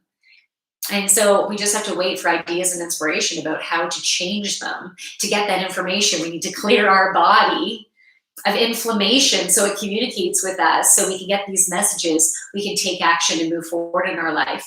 And then we can learn to trust that we can create that in our life.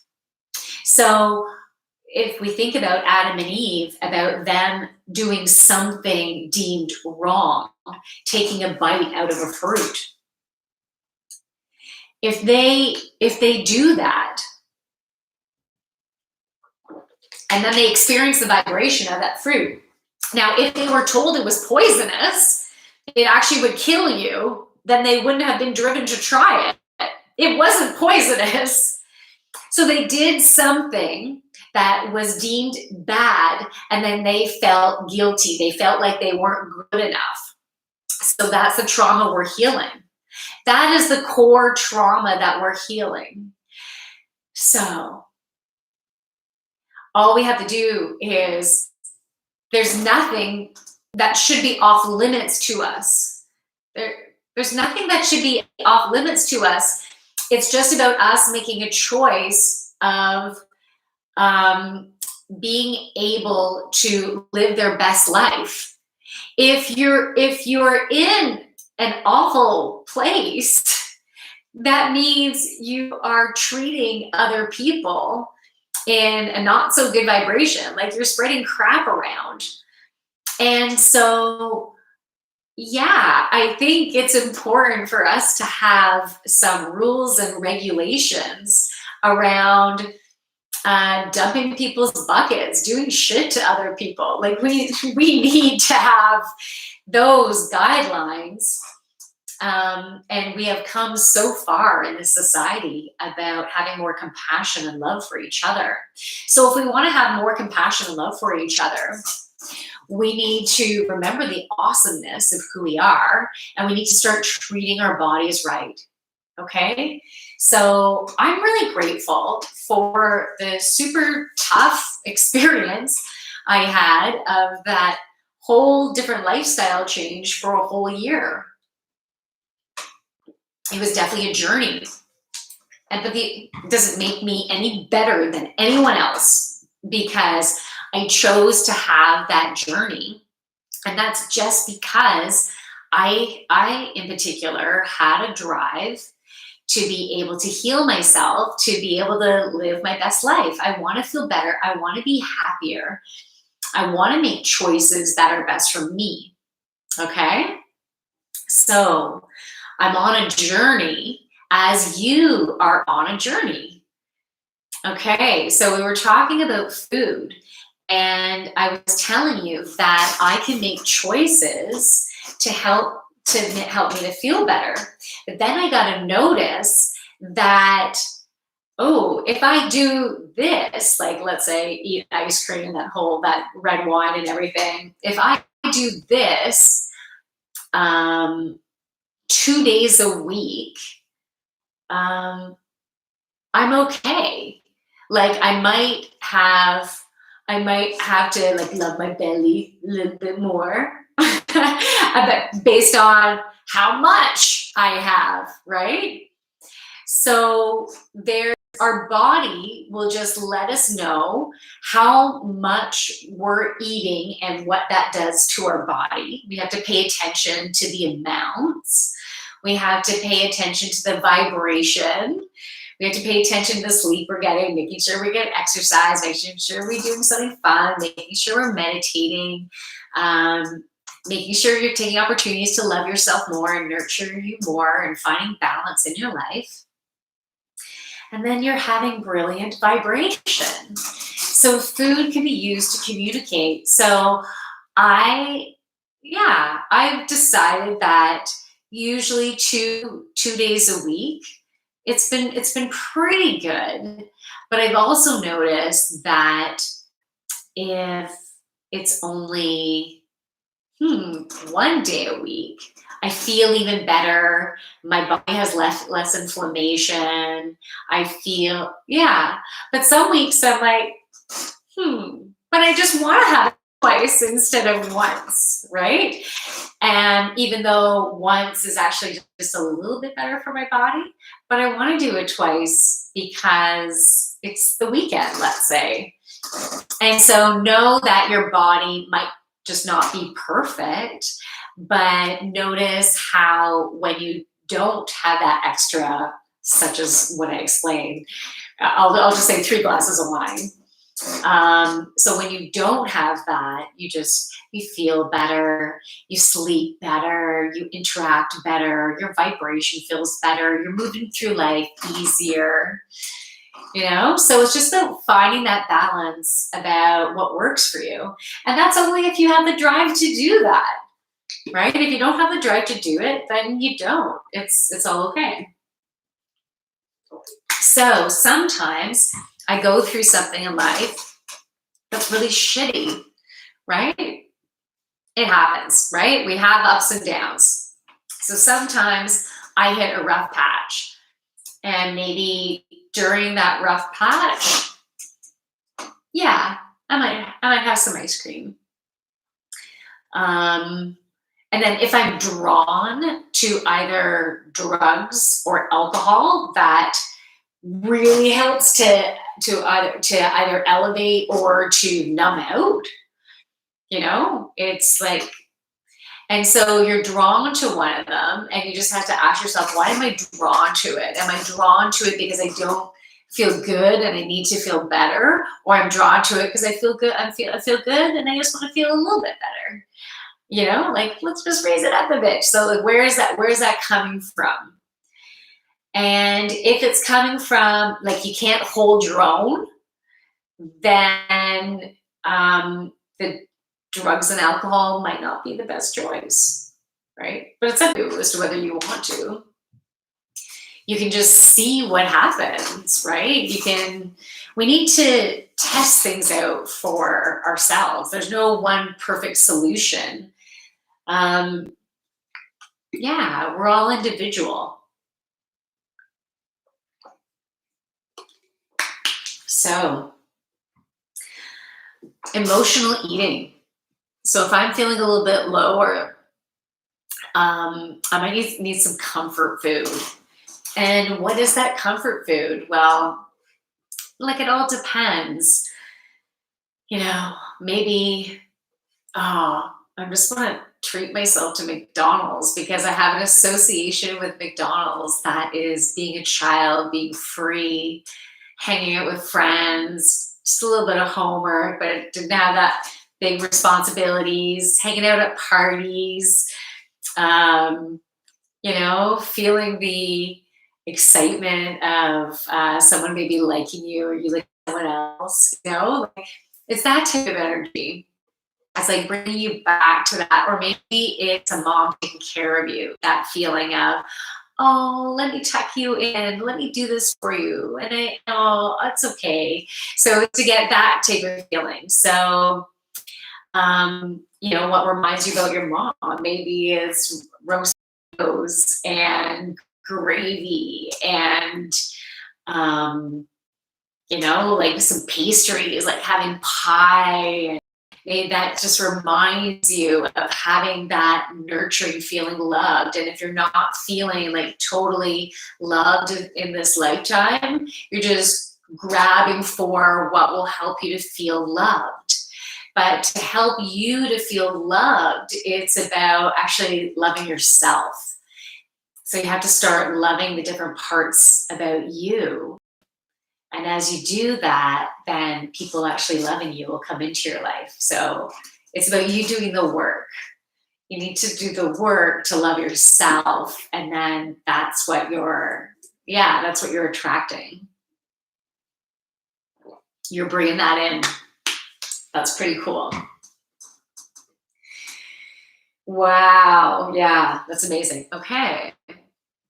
So thinking about what you want to eat and why you want to eat it. What's the association for you? And maybe we just need this for a night. Maybe we need it for 2 nights. Maybe it's like, okay, I'm just going to see how long it takes me to be able to hold my own again, right? But giving yourself a goal, right? If something is really crushing, like really, really, oh my God, maybe you're gonna need a couple months. Maybe you're gonna need a year. Maybe you're gonna need 2 years Maybe you're going to need a week. Maybe you're going to need a couple days. Maybe you need one day and then you're back on track, right? We're going to have different waves of what we need, and it's about listening to ourselves. So if you need some nurturing from food, decide, okay, this is what I'm going to have. And then if you feel like you need to have it again, well, first you have it, you see how you feel after. And if you just feel loved and everything, that's great. That might give you that satisfaction. And then you get back to eating what feels best for you. And what feels best for you in a balanced way, like you're just feeling good. You're not feeling too stiff. You're not feeling too, you're not feeling lubricated. So that's just the opposite, or that's just me saying that thing again. You're not feeling vibrant. Maybe you're feeling tired. Maybe you're feeling rusty. Maybe you're feeling cloudy up here or tight, or maybe your belly is just uncomfortable and stuff like that. So if you have like aches and pains and things like this, it's your body talking to you. And so it's about, what is that body part? What chakra is that associated with? And you can help to give that area of your body the love that it needs, right? So it's about the food that's going to help. It's about the love that you need, the playfulness that you need, like getting yourself in balance. What can you do to make your life better and happier, and start making those choices? And so you can use food to help you to feel good, and listen to your body. And if your body is like, yeah, I'm still feeling good, then maybe you can have a little bit more about that thing, of that type of food, or wine or beer or whatever. But if you have this much and this much, and that ends up that you kind of feeling tired or whatever, then you're like, okay, I'm going to ease up. And so find that perfect balance. But yeah, if you need a bit of nurturing, what type of food will help you to feel nurturing? If you need a bit of joy, what type of food is going to bring you joy? If you need to calm down, what type of food is going to help you calm down? Like if you had been like, I gotta do this, then stay away from the spicy stuff, right? The stuff that is like your system is like, oh, I'm on fire, So instead of doing that to your system, it would be more cooling food. So if you're go, maybe you're gonna have things such as bone broth, or and bone broth made from whatever you feel comfortable with, right? Maybe it's going to be like a rice soup or something. And that's also, the rice soup is also really associated with cleansing too. So, but it depends on your association with rice. If it's the right vibration, but it is the vibration of a medicine. So you can open up your mind to the rice soup as a medicine, because it's a sacred dish. And the whole recipe comes from a beautiful sacred energy. And kimchi is coming to mind as well. So it's more soothing. But stay away from peppers. Any type of spicy, stay away from that. And then you can have that calm to help you to have more of the lazy dog energy, because if you're go, then let's just be a lazier dog now. Put my feet up. I'm just going to chill. So going from that to that. And also finding experiences in your life where maybe you don't have to have such a big contrast of, I'm going hard. And then I'm like, holy fuck, I can't do anything anymore. Like finding a better balance between it. And so I think corporations need to be looking at that, how they can create a balance in an employee's life. You know, working too many hours is not going to be a balance for them. I think everybody should have the type of work week that feels best for them and what they can handle for their energy. So, you know, like finding the career where, you know, if you want to work 5 days a week because that feels good for you, and having the weekend because the 5 days is doing what I love. But I'm not just going to work, you know, maybe I'm going to play with my kids, or maybe I'm going to take a different sport or music or something like that to fulfill myself. So it's finding the time, the hours, the energy to be able to do stuff that feels good for you. So some of you are good at working 5 days a week. Some of you are good at working 4 days a week, 3 days a week, 2, 1. Some are like, no, I just need to freaking chill because of maybe what you've gone through, and that's the experience that you want to have in your life is chilling.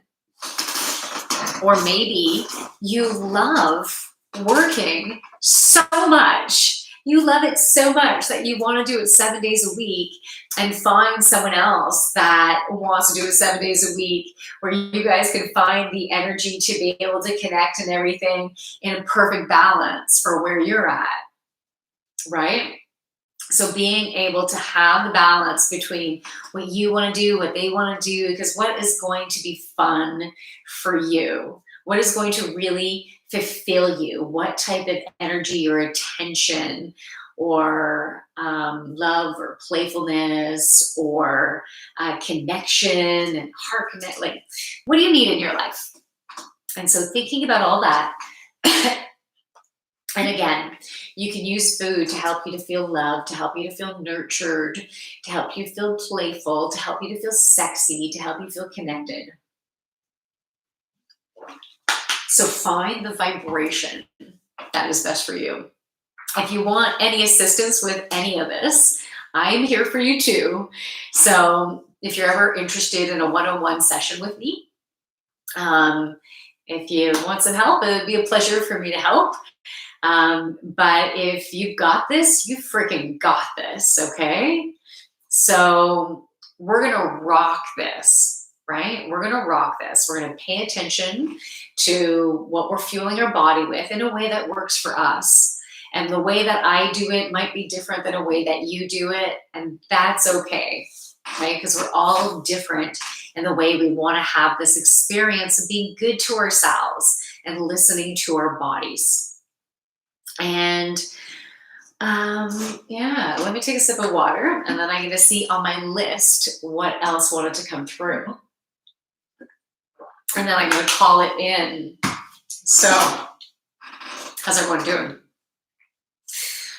I hope you're having, oh, I like the emoji. Curry, thanks. And Hillary says, wow, Yogini. I saw that before, Hillary, and I'm sorry I didn't have a chance to respond to that yet. But I know I was glad that your energy was here. Okay. So talking about emotional eating. Oh, yeah. And just even the example of associating a food with a celebration. Did I say celebration already?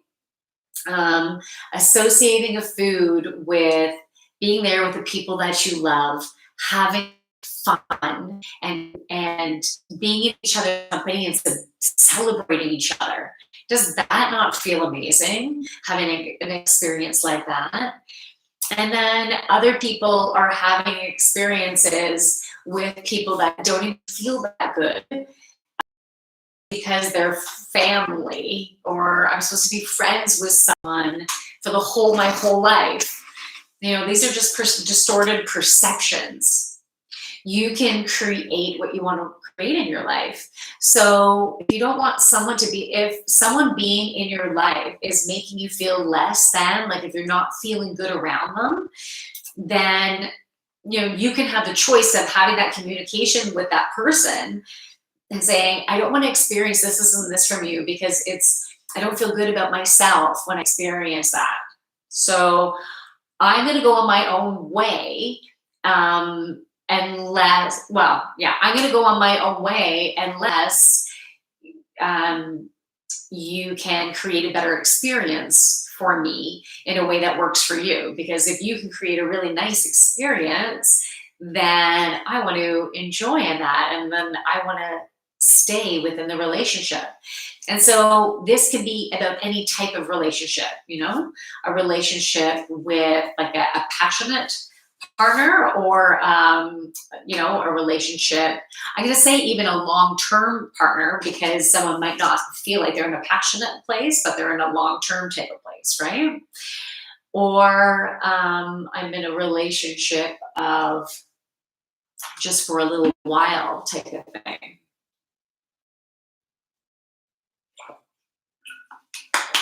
Okay.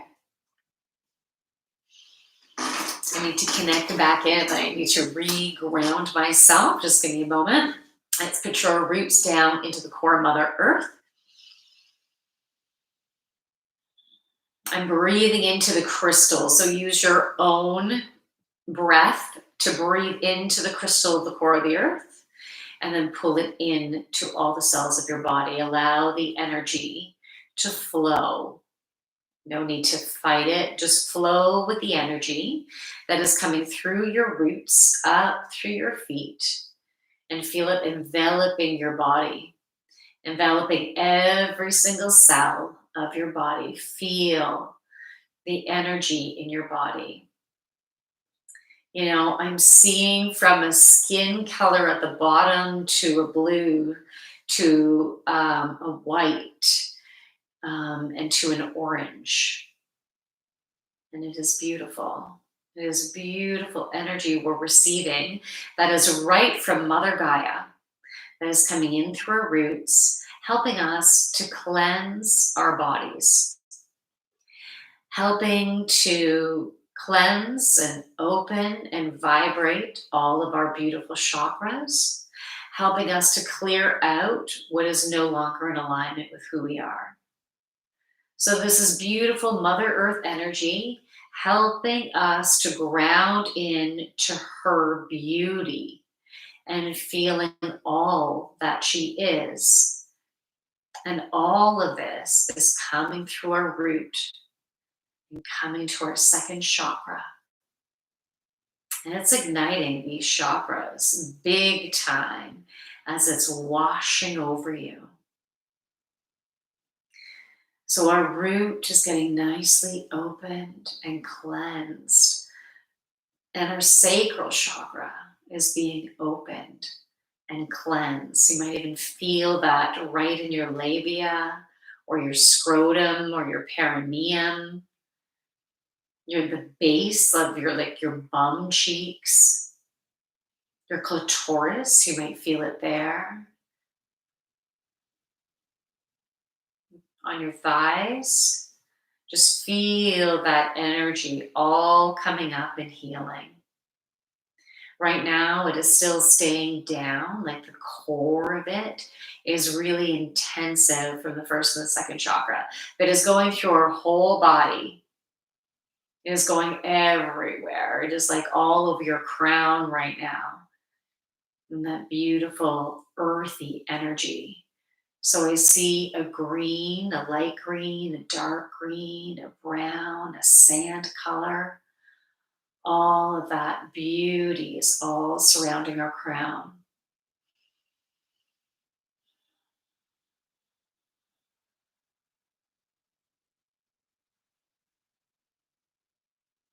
The energy is very powerful coming in.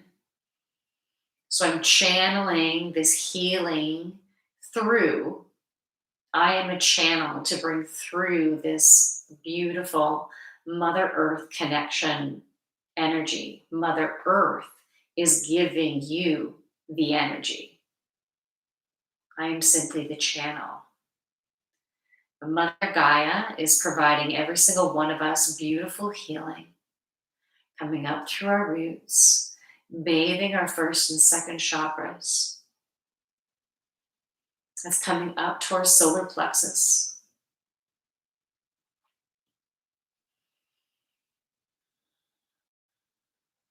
It's coming up to our hearts. It is everywhere right now, but the more intensive energy is washing upwards from our feet, coming all the way up. It's like a huge wave of energy that is beautiful and cleansing. It is a beautiful earth healing, providing total cleanse to all of our cells, cleansing out toxins and also cleansing out patterns of thought that are really not in alignment with the core of who we are. They are simply distortions from patterning that we can now let go of, and we don't truly need to know exactly what we're letting go of. But if you do have an idea of it, it brings it to consciousness, it enables you to process it and even verbalize that, helping others to be able to heal from their own related experience. So it is all a beautiful process. Feel the energy getting more and more intense in your first and second chakras.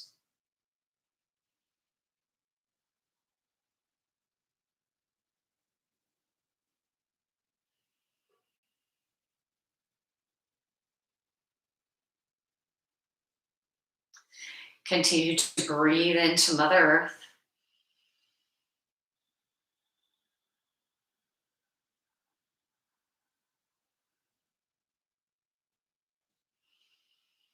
Bathe. Feel the bathing of your first and second chakras with this beautiful energy. I'm seeing this energy now as a dark brown, really earthy energy.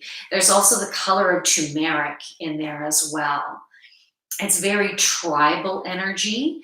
It's like hearing tribal drums. It is like, yes, tribal drums. And Cree Warrior, thank you. Thank you for bringing that energy into my space. Thank you for opening this channel to be able to share. Cree Warrior, we make a wonderful team. Wow.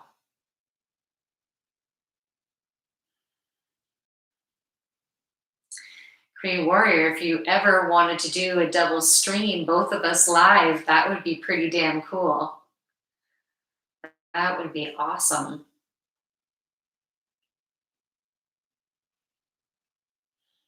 Okay, so that tribal energy is coming up. Yeah, I'm feeling it in my perineum right now. That tribal energy, it's changing color. It's actually changing to a sandy yellow color. It's lighter on the inside and almost outlined on the outside, like it's more deeper in like more depth of color on the outside that I'm seeing. And this is coming up our first and second chakras. I'm just getting some water. Continue to feel the energy.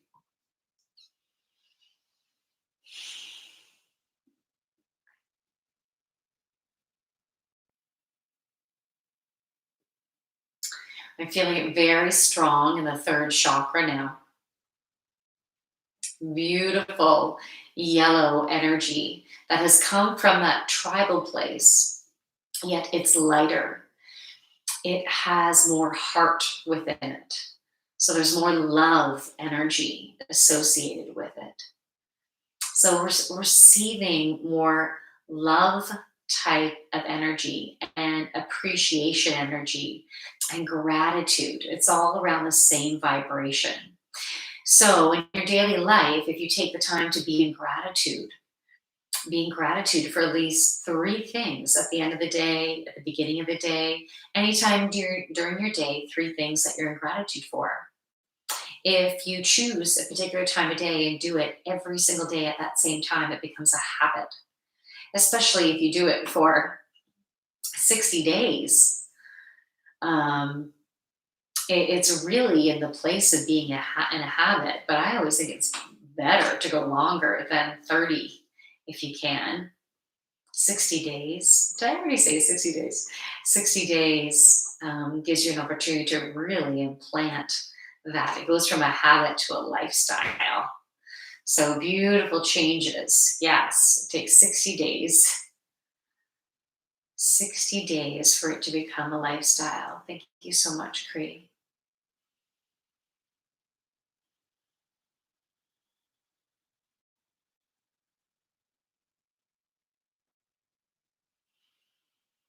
Wow, I can feel the energy. It's almost like,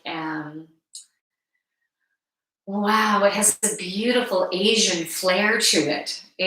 I'm seeing the decorative artwork that has an Asian type flair. It's like a pattern. We're receiving a pattern of vibration of energy that is, it's extremely creative. It's a beautiful, creative, heartfelt energy that will inspire our own creativity in such a beautiful, unique, ornate way. It's like a dance, and a very positive and light and joyful yet peaceful. So I'm seeing a lot of pink now, beautiful pink and going to white energy. And so we're receiving that ornate energy right now. A beautiful vibration that's helping us to heal through our creativity, coming up into our hearts, moving into a place of joy and connectedness. What a beautiful vibration for us to be taking in. And so when we take in this beautiful energy, our bodies are, they're working really hard at accepting this beautiful, amazing energy. It's just, your body is just working in a different way than it has ever before. So we need time to percolate this new energy for the cells in our body to accept it and go, okay, this is different. This feels different, but it feels kind of good, but it's different. I need to adapt to this energy. You're just like all of a sudden not a new energy. It's like a morphing that happens. And morphing takes time to integrate with the cells, and it all depends of our own experiences and our current sensitivities and how we're treating our bodies. Are we in an open space to receive energy, or are we a little bit cloudy with too much inflammation going on in our body because we haven't been making totally balanced choices in our life? That's been our choice. But the more time we spend in a balanced area, the more alignment you are with yourself. So it's about finding that perfect balance. So for me, if I have too much sugar or too much caffeine, I get a little bit stiff, a little bit achy maybe. And yesterday I had a green tea and I felt fine. Today when I had my green tea, started feeling a little bit stiff in my shoulders. So I'm like, oh, body's telling me, okay, I've hit my limit. So make sure I'm not having any caffeine right now. I need to take that break from caffeine. I'll be able to have it again, but I hit my limit. So don't have any for a while. And then I'll have either that again or that again. Like I'll make different choices and I'll see how I feel. And if I want to feel better, I'll back off in a certain way and I'll see what happens. I'll just choose to take something out and see if I feel better.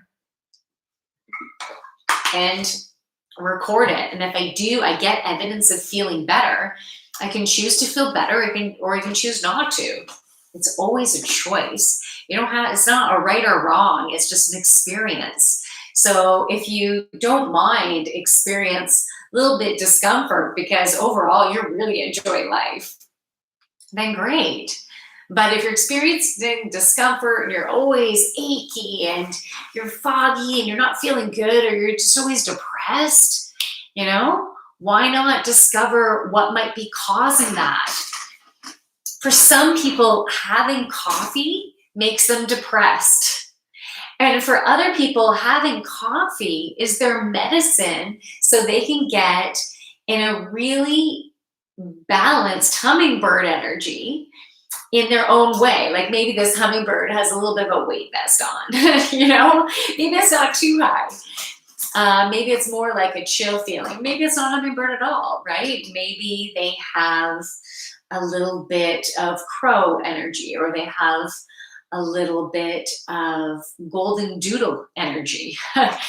You know, like we can associate ourselves with other vibrations that are similar. Okay, let's see what Cree says. Oh, Thermogenics in the house. Love the Friday nights. Yay. Oh, thanks, Thermogenic. You have a beautiful night too. Okay, Cree Warrior. My sister just said earlier, I need to create video. I am crushing choke cherries, pounding like a drum, feel like singing, joint broadcasting. Yes, that's what we need to plan one, Cree. We need to plan one. First, we need to officially meet, right? So we'll do that. That's where we'll start. And yeah, I think that is a very cool idea. Who else joined here? LaCroix joined. Cool.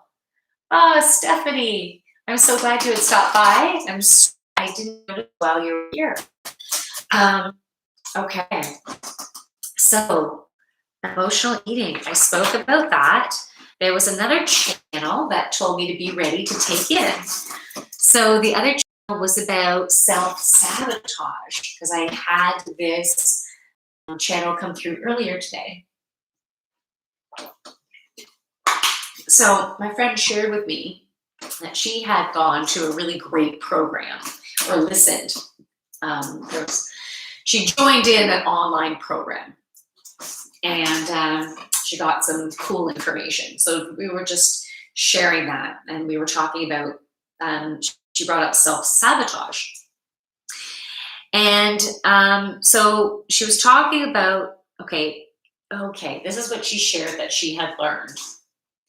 So hopefully I can give it justice the way I end up wording it. It's that you make plans to eat well. You make plans to like go on this diet, and I'm going to take that out, and I'm going to take that out, and I'm going to do stuff really good. And this diet says it's only going to take 14 days. So that's the energy that I'm going to give, and I'm going to work really hard, and I'm going to give that energy. And if it doesn't succeed, so if it succeeds, that's amazing. They gave that energy, they succeeded, but then they stopped forgetting how successful they were, right? They stopped believing in themselves. They were feeling guilty about the way they were eating. And then the guilt would sometimes create more not so good eating, because guilt doesn't feel that good, and it just makes you feel muckier and heavier, and you're longing to feel better. So you're going for the foods that you know have made you feel better and made you feel better and made you feel better. But it's not going to help you to truly feel better. You need to get to the root of the problem. What is the root for you? It's different. It might be for every one of us. It could also be similar in certain ways. We've all had our own unique experience of that. Okay. Just give me one moment.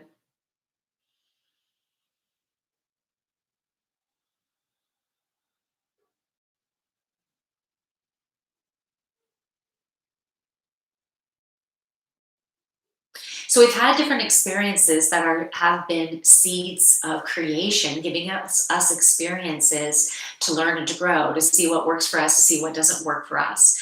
We have been programmed to orchestrate within our life experiences to help clear past traumas from this lifetime, from past lifetime traumas that are from ancestors. This planet is trying to heal. The planet has been changing. We've had eruptions, we've had tsunamis, we've had the planet saying, we got to change, we got to cleanse this can't last. So it's been connecting in with the negative energy that's been dense within us, and we're starting to see things in a different way. We're starting to want to be happier. We're starting to change our vibration.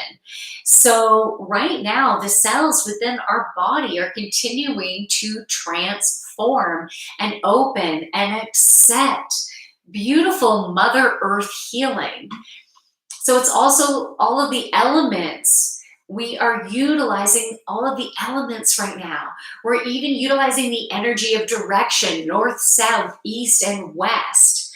We have elements of spirit, your individual spirit guides, but also the overall team. We got all the archangels. We also got the goddesses on board. They're like, fuck yeah, we're gonna come to help. But we also got the mermaids and the mermen. We have that energy. They want to help. Everyone is on board. We have all the animals that are like, yes, it's time for us to all be vibrant, to let go of the density from traumas from this lifetime and past lifetimes. It's time to change the energy, change the wording, right? It's time to change the wording of all of the languages that we use. Some words are associated with awful, terrible things. But let's take those words now and just look at history on how the vibration is changing. It hasn't changed everywhere, but the vibration for so many different areas in our life has been changing more positive. So we're loving each other more. We're starting to make decisions that are better vibrancy for each of us as individuals and of the planet. We're starting to make decisions like that. And it's beautiful. It's totally beautiful. And so as we make decisions like that, and we come into our own and we align with who we are, and we have the goddess energy, mermaid energy, and all the plants and animals, and everyone's on board, like, yeah, it's time for us to heal. That's why the planet has been acting up. And governments are very disruptive right now. And the decisions governments are making are like, the people are like, no, this is not okay. And others are like, thank you for saving us. Like, there's all different types of thought processes and energy, and it's just a lot of disruption. We're all disrupting on the inside. So it's not volcanic on the inside. We don't want things volcanic on the inside. So if you're feeling volcanic, that means life is really rough and shitty right now. Okay, so if things are volcanic within you, it's about, we need to put out that fire. So you can start putting out that fire in different ways, right? The foods that you eat, you can eat calming foods. You can look into Ayurvedic eating. You can look into that. Maybe there's another type of you're just really attracted to, right? Something attracts you. It feels positive. It's not feeling forced. It's just like, that feels good. Then who knows? Maybe that's a good match for you. So you can choose. We're all individual, okay? We all need to make the choices that are best for us. Okay. So we were talking about self-sabotage. So if you have, you create a plan and then spur of the moment, you're like, no, this is what I'm going to do. But you had created a plan, and this plan could have been like the 14-week diet. And the plan was like such a good plan, but then somewhere in the middle of this plan, you're like, no, fuck. I don't want to do this, or because I'm not good enough. I can't do this. Who's kidding who?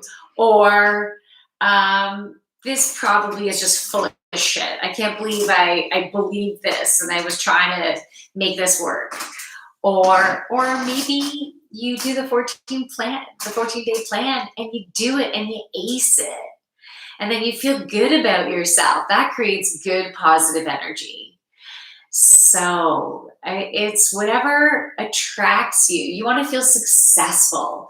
So choose a way to change the way you're living to be one where you can feel successful. So you don't compare yourself to anyone else.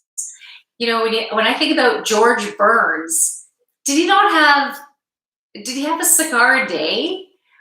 Or was he smoking it all day long? I don't know. I don't remember. I don't remember his background. But even if it was, let's say it's one a day. Let's say some people have the perception that one a day, their lungs would be black and they're going to crow tomorrow, right? But for George, it was such a great vibration for him. He had so much appreciation for those cigars, and they felt great. They felt great. It like evened out his vibration, and like, this is perfect. It's like someone having a brandy every day and they're successful in all areas of their life. This is just a good match for me. So sometimes things like that are a good match for you. Maybe there's other things. Maybe a good match for you is igniting your sexy. Like for me, I'm very second chakra.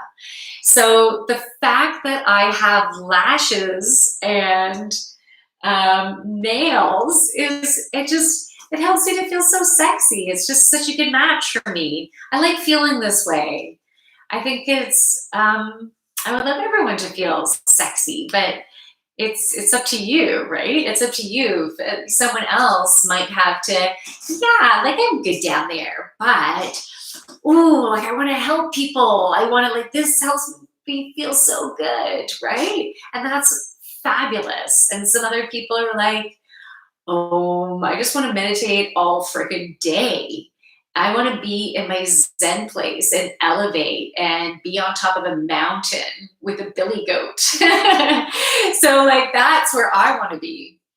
So I'm not saying me literally, but there's some people who that's where they are. Or there's all these different combinations, right? So it's just about connecting in to what your personal vibration is. Okay, your personal vibration. Okay, here we go. Where were we? Okay, so the other thing was, this one's important. This hasn't been important for me. I'll just say that.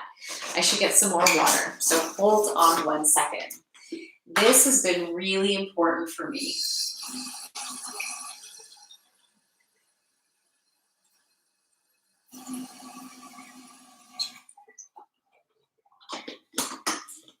Okay. Is I need to treat myself because I don't want to live in a life of deprivation, right? For that year that I did the diet, I was in a deprivation place. I was depriving myself of so many really good things, but I did it to feel better about myself because I wanted to feel better. And so it's like a monk going to or someone deciding to be a monk and going to a monastery and having that quiet.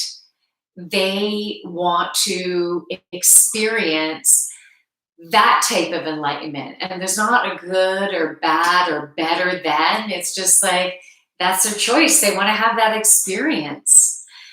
So what type of experience do you want to have? Right? And find the balance within that. So I treat myself, and I decide to treat myself in a way that has good balance. And if my body starts to get out of balance, then I acknowledge that and decide. I have to decide. I'll decide to treat my body better. I might look in the mirror and go, I got some inflammation going there. All right, so time to clean things up. Like that's it's a good indicator. And so I'm okay with that, because I'm not going to let it, I'm going to notice it before it gets like too out of whack. It's just, I notice things sooner now, and everyone can notice things sooner as you clear your body out. So just pay attention to what makes you feel good and what doesn't make you feel good in every single area of your life. And then you don't even need to self-sabotage yourself, right? You're just going at the pace that you're going, and you're going to choose to, you're going to make choices that are for your highest and greatest alignment. So what makes you feel the best in all areas of your life? Because if you have a perception that you don't deserve to have love, for someone to nurture you, for someone to love you, because what does that look like for you?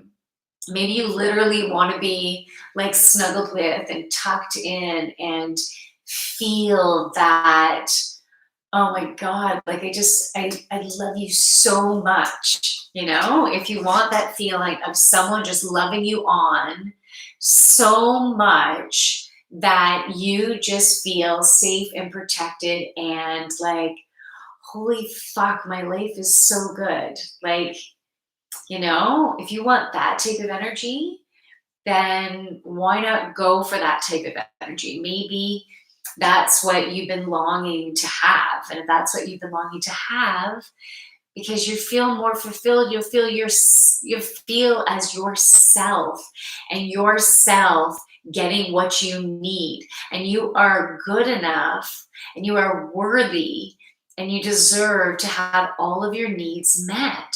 So then you can shine your light and heal those people around you, and help to basically heal the planet in the area where you are, and how you have the energy to be able to spread your light. And feel free to spread your light as bright as you want. And you give the whole world more nurturing, and we treat each other with more love and peace and gratitude and appreciation. And that starts expanding from our household to our community, to our town, to our cities, to our states and countries and regions and planet. I'll just say, I don't know if that came through properly, but because I think that was me in that I was scattered in that, right? Oh, that was good. I find this very uplifting. So this is beautiful information to channel through. And I just want to say that I'm in total gratitude to be the channel to bring through this information to help all of us to heal. And I'm included in that, right? I'm also going through this healing process with you. Like, we are going through this together, and this beautiful healing energy is coming through. And no one is better or less than. We are all just within our own vibration, our own stage, our own journey, and all of us are perfect within our journey. So it's just about accepting this information in a way that makes you feel good, that makes you feel loved, that makes you feel accepted, that makes you feel fulfilled, because you all deserve to have that. I deserve to have that. I totally deserve to have that. So I want to own it. I am owning it. I'm standing in my power. Remember the roots of the tree? The roots of the tree coming down through the feet into the ground, wrapping around the crystal within Mother Earth and fucking owning it. Owning you as you and all that you are. Be honest about who you are to yourself and the people you love. And be honest with whoever you want to be honest with, but whoever you are honest with, you are opening up your energy to light each other up. So be around people who you can be yourself. That's what it's all about. Align with people so you can be you and you can be loved for you and you can have a fulfilling life because you can eat whatever you want, including that fruit from that tree that's supposed to be bad. So think about an area in your life where that's supposed to be bad and you're like, oh, I better not have that because that's bad. It's time to make decisions for yourself and just connect in with your own personal energy and what works for you and what doesn't work for you. And if it doesn't work for you, then be nice and kind to you and your body and don't have it, or have it in a way that it's not that bad and then I get back in balance. It's not that bad and then I get back in balance, right? So treat yourself in a way that creates balance in every area in your life so you feel fulfilled. If you're not feeling fulfilled in a certain area of your life, things need to change, different actions need to change, including just being mindful of what you're putting in your body and the sleep that you're getting and the exercise and the nurturing and the love. And then basically just paying attention to who you are and what you need to be fulfilled and making choices to create that fulfillment for yourself because you are deserving and worthy of that fulfillment. So I recommend to listen to this often. I need to listen to this one often because this is feeding ourselves with beautiful transformational Mother Earth energy that is helping to heal our traumas, transmuting the traumas, just like we can do with certain words, as was brought up before. So certain words might have association as being something good or something bad. But why not we give it an association with transformation? And really, we just need to be tuning into the communication that we're having with each other through our energy. And we give off energy through our words and through our body language, because people can have an association with a certain body language with something that is not good, whereas you mean it as being something good, but they have an association with not good, or you have an association with that with being normal. Like that's just what you do with your body or with your face, right? So it's also trusting in the messages that we're getting. Okay, so trusting in the ideas and inspiration that we get to move forward, and we move forward through our hearts. We move forward through our hearts. Okay. Beautiful. So we're going to treat ourselves with love, and we're going to eat in a way that works for our bodies. And when we don't, we will feel the ramifications, and then we will choose to feel better. And we'll make choices that are in more alignment with who we are. And we'll make choices in a way that feel good for us within the moment. And we might need to do things in baby steps. Or maybe we need to do things in big leaps, you know, meaning like, let's say when it has to do with food, then maybe my friend Nancy and I were actually talking about this and the learnings that she's gotten. So this is beautiful. It was like it was an indication of a channel that's going to be coming through where I share the vibration in my own unique way. So this is beautiful. Different light workers are sending off messages that need to get out through the planet to the humans, us, So our vibration can create that beautiful shift, because we're all going through a shift to be more in alignment with who we are, more fulfilled. So really pay attention to all of your relationships and whether they are perfect alignment, and be open to creating perfect healing relationships in all that you have. Create healing with everybody by embracing the thought of we're all doing the best that we can. We are all unique in our own way, and the way we do and think and feel about everything. And all of that is perfection. Just like the energy and what a raccoon does is perfection. And so as a barn mouse or a barn cat, it is perfection in that energy and what they do. And it's perfection that a fish swims in the water and gets food the way it does and goes after the hook when someone's trying to fish with it. It's like, yeah, I want to take it out of that. And then having the experience of being and not being able to breathe, like that's not a very fun experience. But fish, it's like, I want to feel in that energy. I'm not doing it because I want to feel that energy. And then in some cases, I want to feel being let back in and just having a little wound that I have to heal. And when I heal, it's like, how does this feel for me? And what do I like about it? What don't I like about it? What changes do I need to make if I don't want to feel this way in this area of my life again? I want to heal this to feel really good in this area of my life. So we're going to change our energy and changing our actions. And so that's what this energy is doing. That's coming in and healing us right now as we're within this vibration. It continues to work. And it's helping us to let go.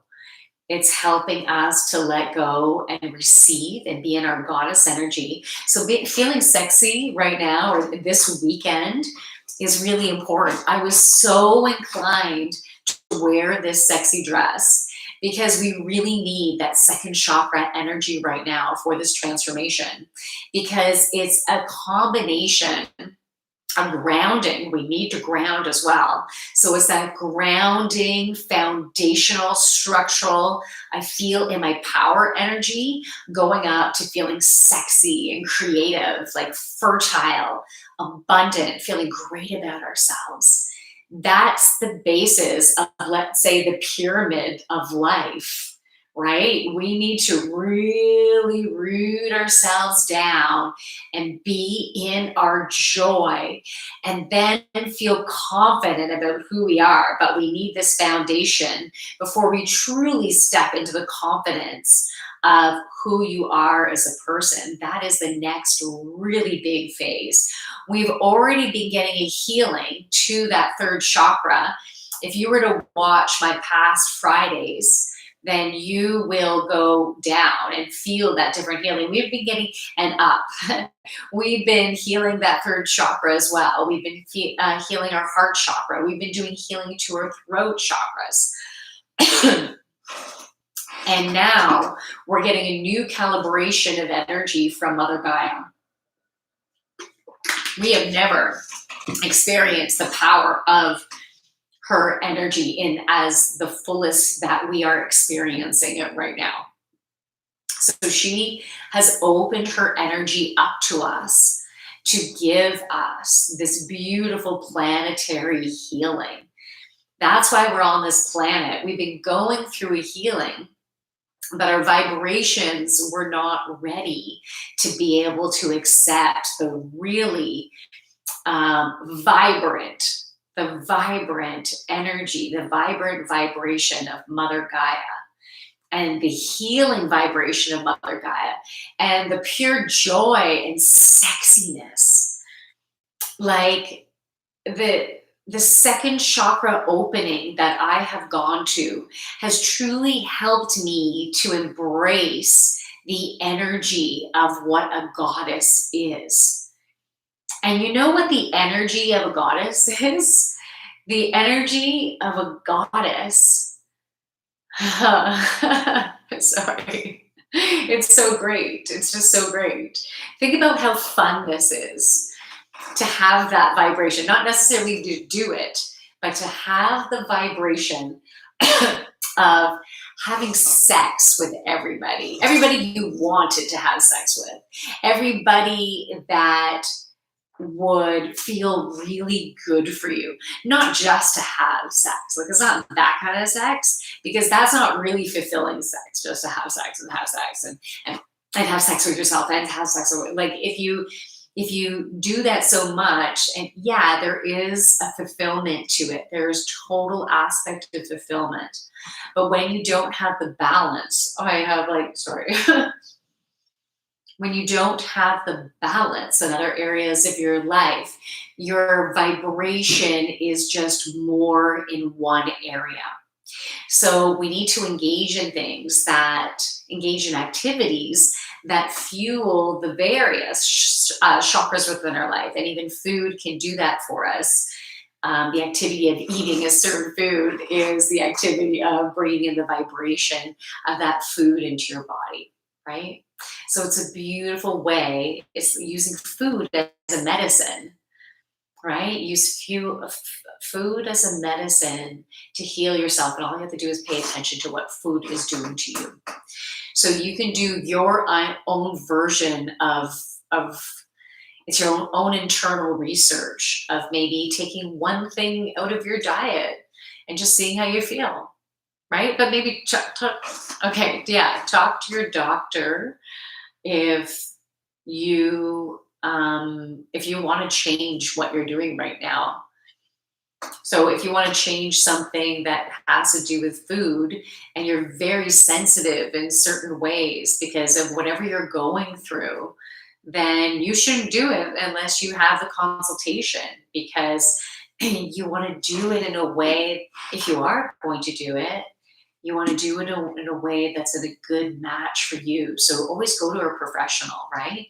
If you want to be able to change that. So go to a dietitian or a nutritionist or a naturopath or something. If you're really sensitive in that way, right? You got to do what you're drawn to, and in a balanced way.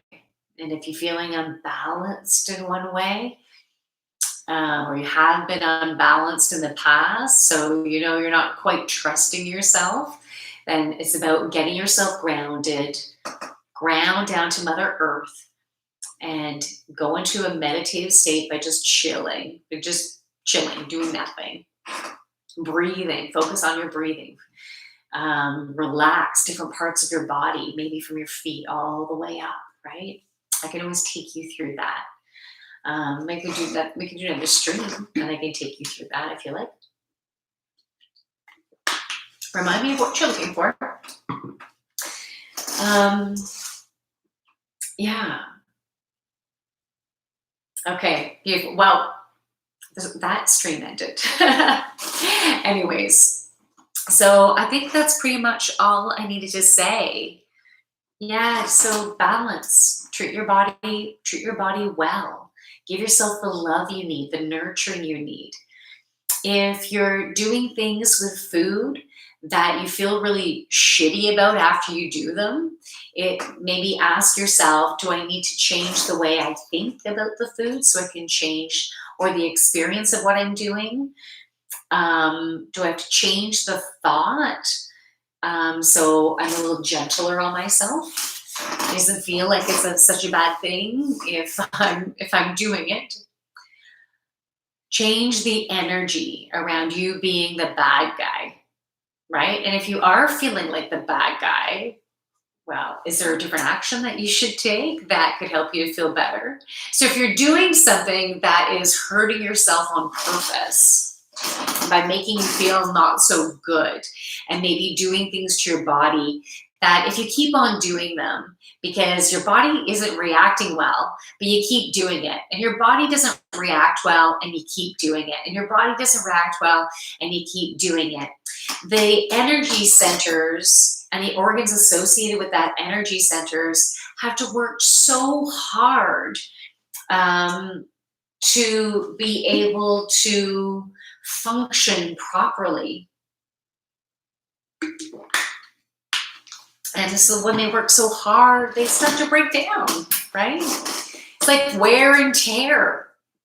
So you can choose to do things in your life that just feel a little bit better, that don't make you feel shitty, right? So if there's a way to not feel shitty, by changing the way you eat, changing your sleep, changing a pattern, a habit that you have, is being able to get the help you need to be able to work through whatever habit you have.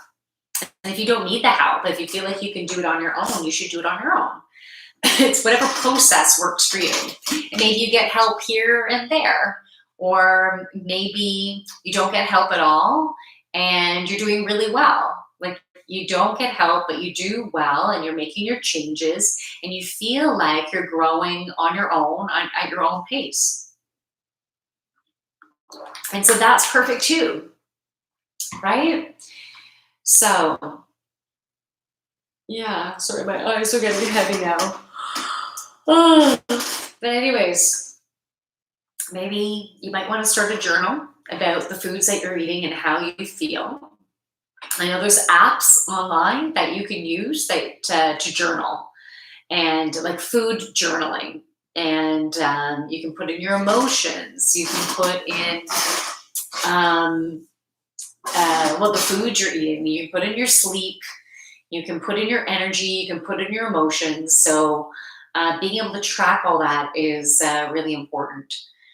And yeah. So, but it was important for me. That was a process that worked for me.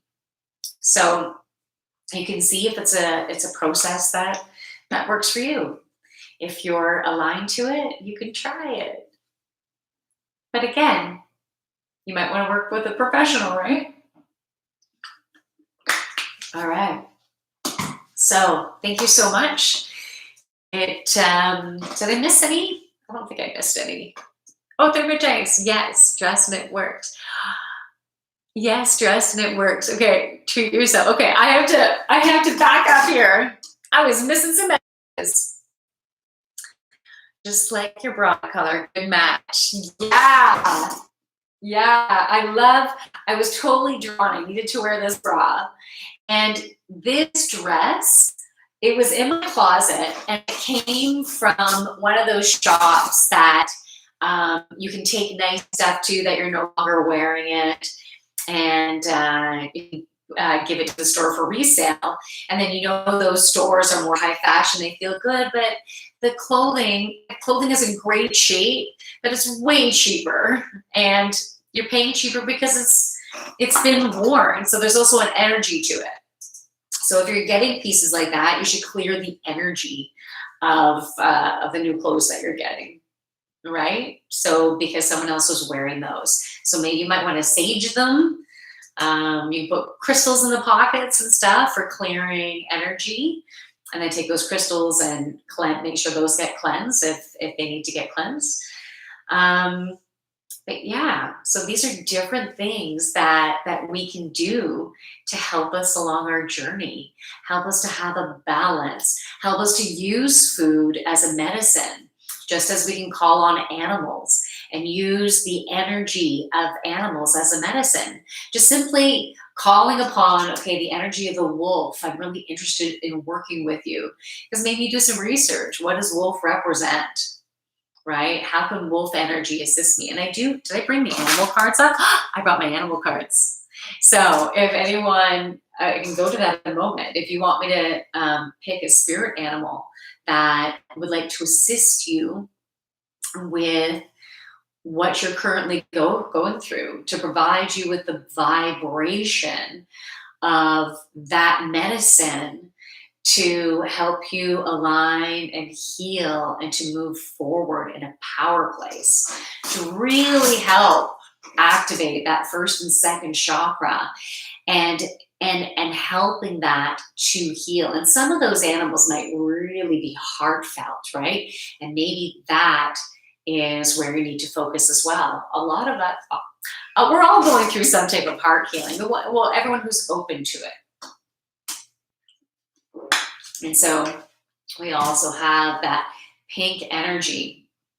I'm seeing the breast of a hummingbird. Like I'm seeing the pinky and the white and the green. And so it's like hummingbird energy. So it's really coming from that second chakra directly into our heart, like so powerful. And the channel between is like stepping into our courage so we can do that. Okay, so we're bringing in that beautiful joy energy of that hummingbird in through our hearts. And that beautiful hummingbird is so playful, and they just need to be themselves. Like this is just so important to totally be yourself and be accepted for being yourself. And what you're doing is not a bad thing. And it's about surrounding yourself with people who will embrace that about you. Really important. We need to listen to this again. Beautiful. Be with that hummingbird heart energy.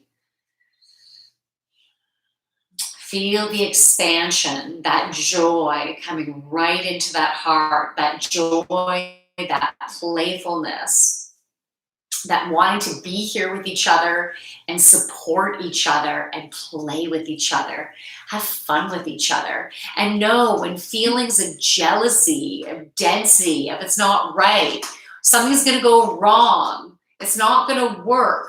Things are going to fall apart. When we have a thought process like that, it's, I'm blocking that energy. That energy is not right for me. Okay? And that's okay. It's totally okay.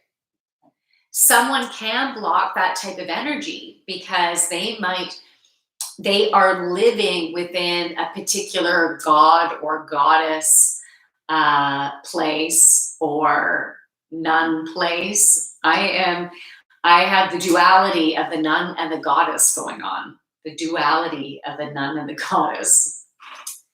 Fucking total opposites. What the fuck? Right?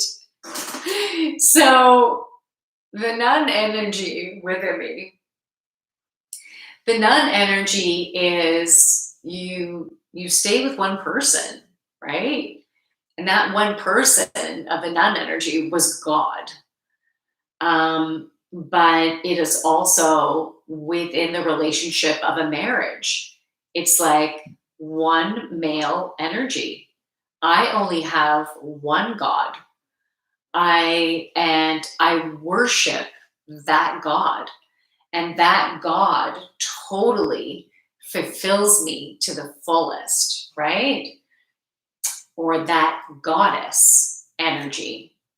That goddess fulfills me to the fullest, and she is all I need in my life. Okay? So that is a beautiful energy.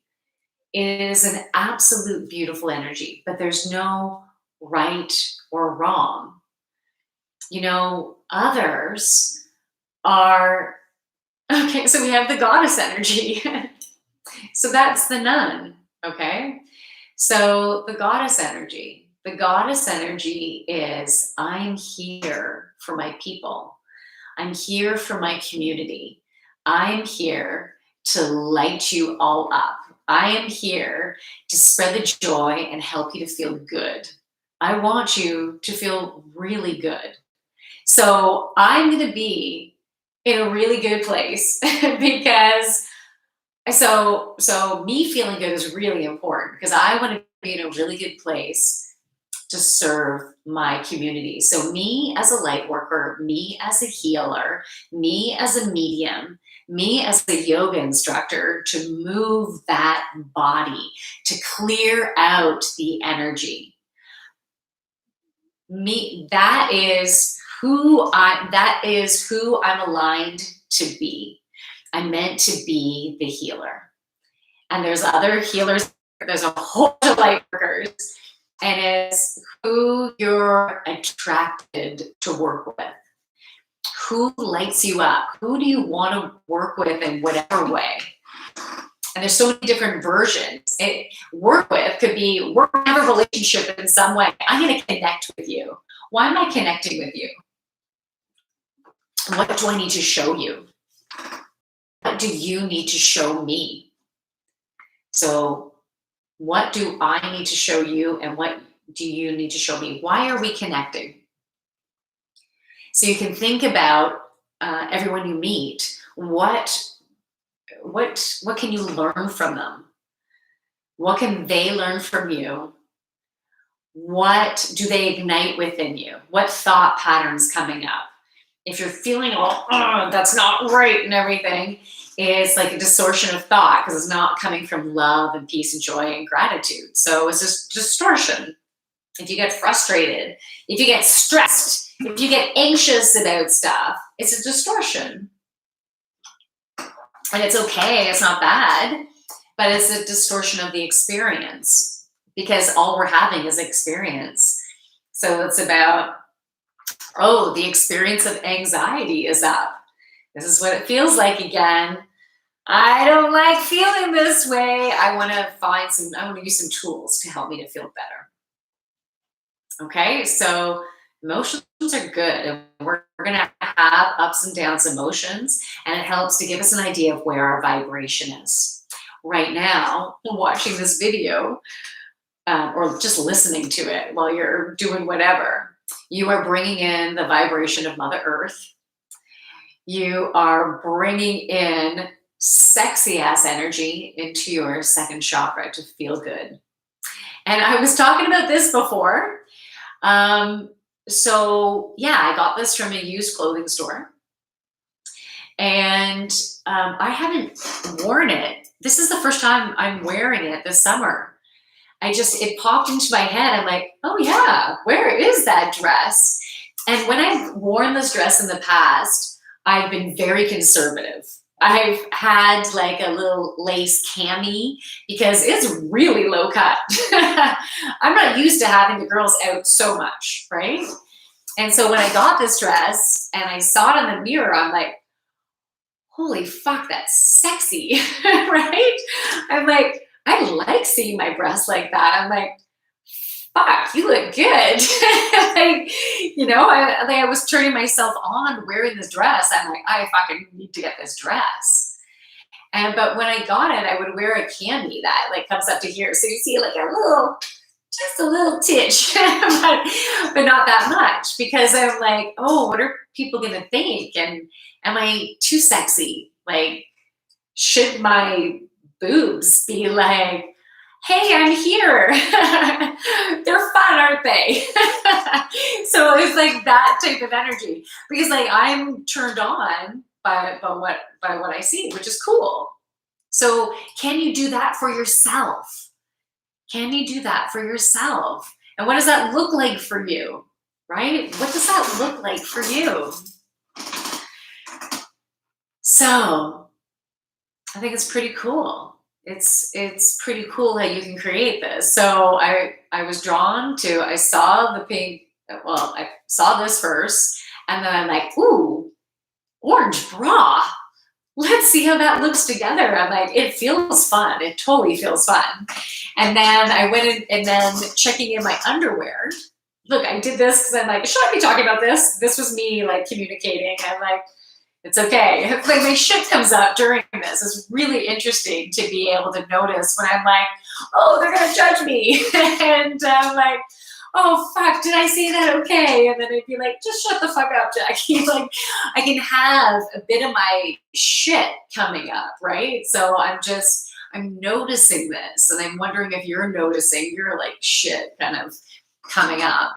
And just allow it to flow, allow it to transmute, allow it to transform. So, so I put this on, and I feel awesome in it. I feel like a sexy goddess in it, and that's okay. But that's where I've had judgment of it being okay to feel like a sexy goddess. Because feeling like a sexy goddess, I'm going to be noticed, right? Like people are going to notice me because my energy is so bright. But I'm married, I'm the nun. So is it okay to be a goddess and be in a place where I feel amazing about myself? My energy is getting out there and people are wanting to be around me, which is so freaking awesome. It has been so great getting to know so many amazing people and connecting in with their sexy ass energy. Because I've been attracting a lot of people who are either wanting to ground and to get that second chakra sexy energy, right? They're wanting to get that energy from me. And people will try to get that energy from me in different ways. And so I connect to people on DM, which is really cool because I get to connect in with people's second chakra energy. And sometimes I feel some heart energy and everything, and I'm giving them energy, and it's so beautiful. And some people are like, hey, how are you, baby? Just as that's that type of energy, right? And others are like, hey, so what's up? It's like that type of energy. Or it's like, yeah, you turn me on. And then, like it's a different type of energy, which is, it's such a freaking honor that that I'm getting that type of attention from people. Like it's cool. It's cool to feel the sexy type of love. There's also going to be some trains of thought of, you are a nun, so you should not be the goddess, right?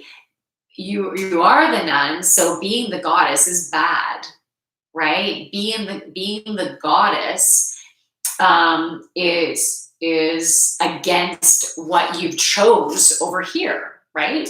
So some people are going to have that belief, and that's okay. But I think there's a way to have a balance between the goddess and the nun. I believe you can have a balance there. But having it like this is not wrong. It's just, it is what it is. It's an experience. And some people feel really comfortable with a certain type of experience, which is beautiful. Like if you just love traditional, you just want just one person can fulfill you fully, right? Just one person is just going to give you all. And another version is maybe just connecting with different people in different ways. Maybe it's connecting with different souls in the workplace, having conversations, playful conversations, having experiences with different people and different types of relationships. And that is a beautiful learning journey that you're getting. It's beautiful. And some of us, we usually have some of that somewhere along our journey, right? A little bit of that interaction, getting to know people, needing to learn about teamwork and having compassion for each other, being open to people's ideas, experiencing when someone does this, oh, this is happening, and seeing different people having different traumas, and that's the way they react to you. That's the way they run their business, based on this combination of experience, which includes trauma here or there and brilliance here and there, right? We're all a beautiful combination. It's so perfect. We're a beautiful combination of everything. So just being open and embracing all of that, embracing who you are, allowing the patterns to release. There are different types of thought patterns have been coming up that are basically things, they're distorted perceptions that are not for your highest and greatest good. So they've been coming up and they've been kind of shaken out, right? Like the density of the density of that thought pattern and that vibration is kind of being shaken up right now. The energy is being shooken. It is changing the vibration of it as it's getting lighter and lighter and dissipating. So we're going through a really big transformation and truly embracing what is best for us. But to do that, you need to figure out what is best for you. So do you quite know? It's about digging a little bit deeper. It's not just looking at it on the surface. If you just look at it on the surface, everything can be black or white, right or wrong. And so if things are black and white, right or wrong, that's no gray. But I believe in so many variations of gray. How many shades of gray are there? Anyways, I believe in tons of freaking gray. I am just in a place of everything is possible for the uniqueness in who you are. And there are other people out there that have a beautiful vibration of who you are, who will embrace all of who you are, because humanity has been changing and evolving. There's just beautiful, amazing souls out there that will give you so much love that you deserve, so you're not going to be around density. Because being around density, even if you love them, even if they are the people who they are, right? Who is perfection of who they are and on their journey. Density in energy gets you slodged up, okay? It thickens out your energy. Unless you're really, really good at protecting yourself.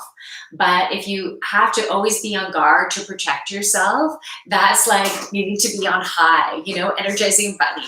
I need to be on high that I'm not going to be injured, that I'm going to be safe, that I'm going to be okay, right? And so that can wreak havoc on your nervous system. We need to calm our nervous system. Right? So that soothing, calming of the nervous system. How do we calm our nervous system? Yoga, meditation, breathing, nature walks where you're connecting in with Mother Earth. You're connecting in with the energy. Yeah, really connected in nature walks. I would love to go on a nature walk with you. I think that would be really cool to really open up to the energy. I'm going to have to create that. So I'd love to create a nature walk with a bunch of cool people that want to go on a nature walk with me. And just to feel the energy of Mother Gaia together. That would be pretty damn cool. I love that idea. I love bringing in the vibration of that idea, and I'm going to trust in the universe to create that in beautiful, divine order. It's not something that I need to try to remember to make it happen. I could be just like, let's put in the order to experience that.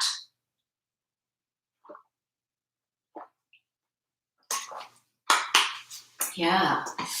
So we all have some type of black and white energy that we need to either change our perception about or take different action with, in embracing that it's a pattern that we need to release if it provides you with an energy that doesn't feel good, that you feel less than, that doesn't make you feel vibrant, that puts you out of balance. So that's what we are cleansing.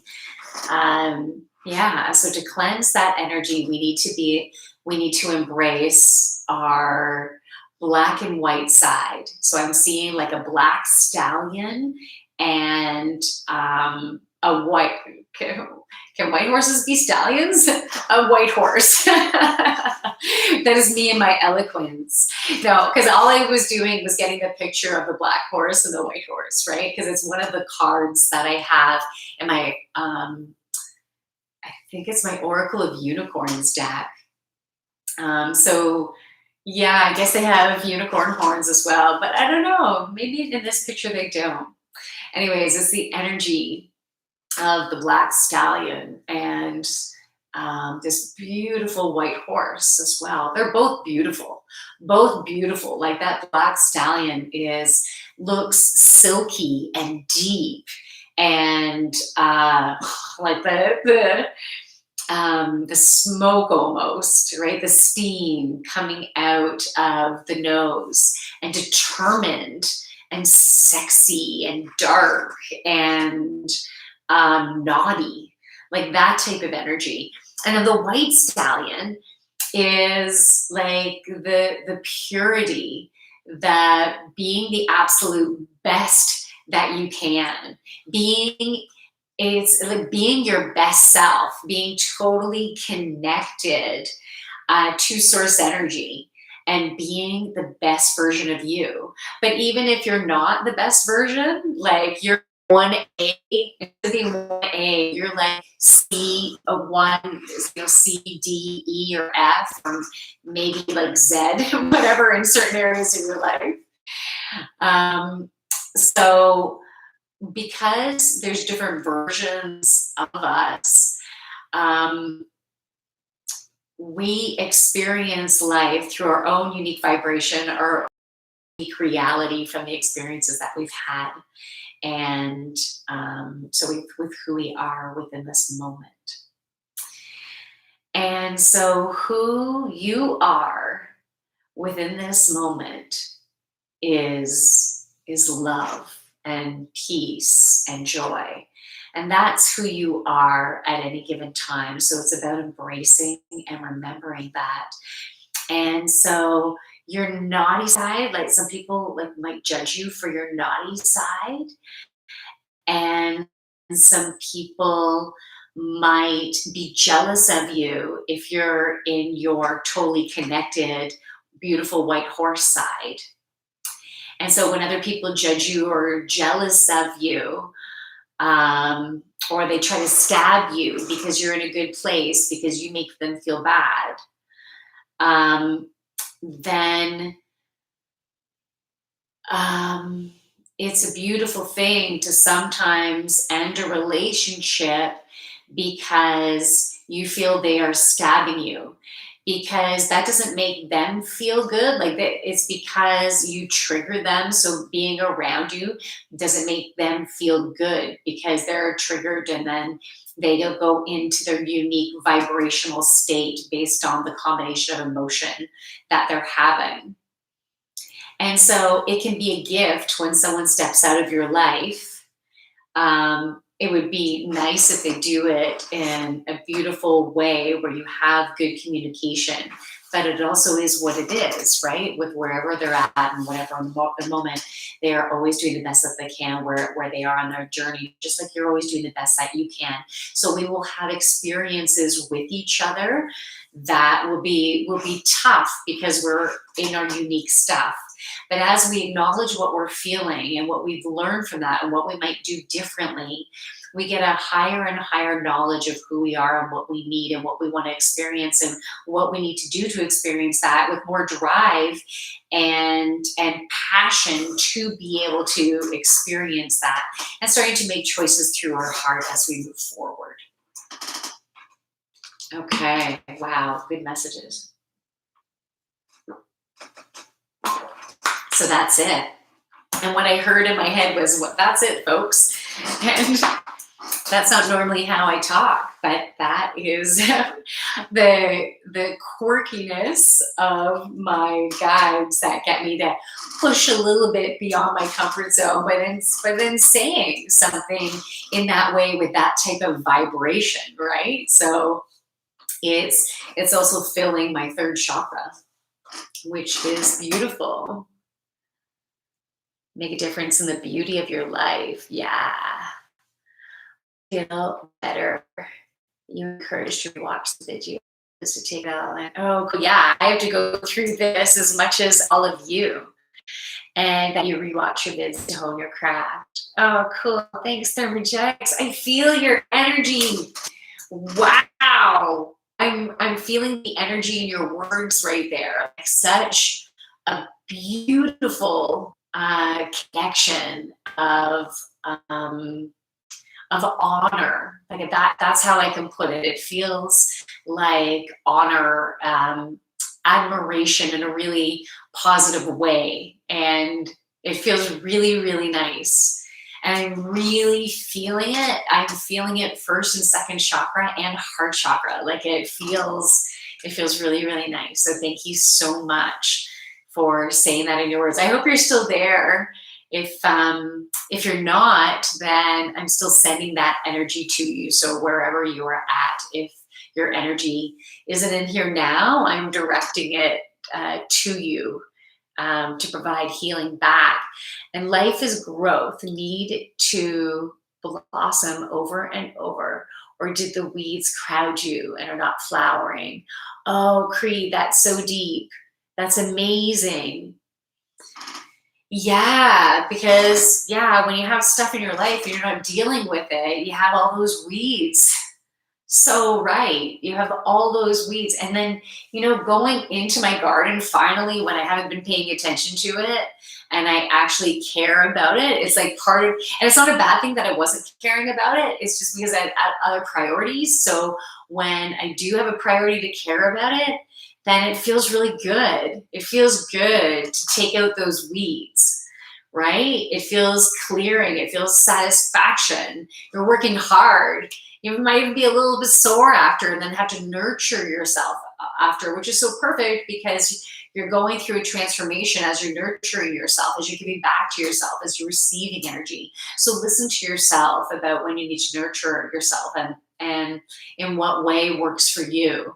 And so how to create that balance in your life to be able to do it in that way.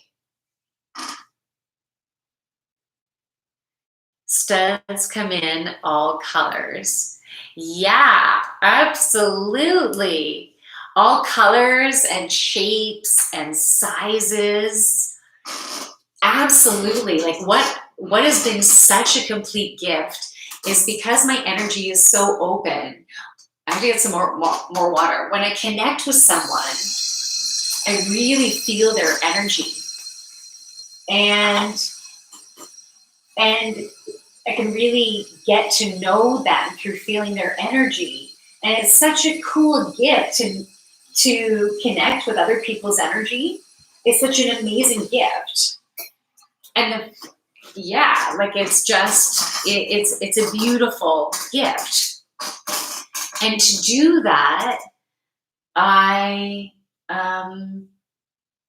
sorry, I lost track there. I lost track. I started judging. I started like going, really? No shit. And then like getting into it, I'm like, just be the fucking channel and listen to this after. So anyways, I'm telling myself that and I can get back into the stream. Let me just have some water. I need to rehydrate. Anyways.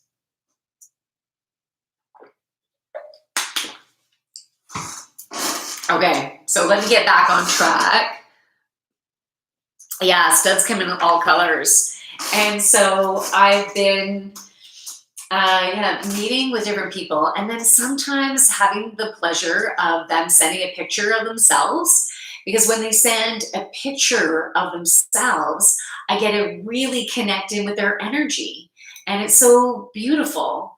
And so I feel like, and like I'm not connecting with everybody, with tons of people, because like that wouldn't work.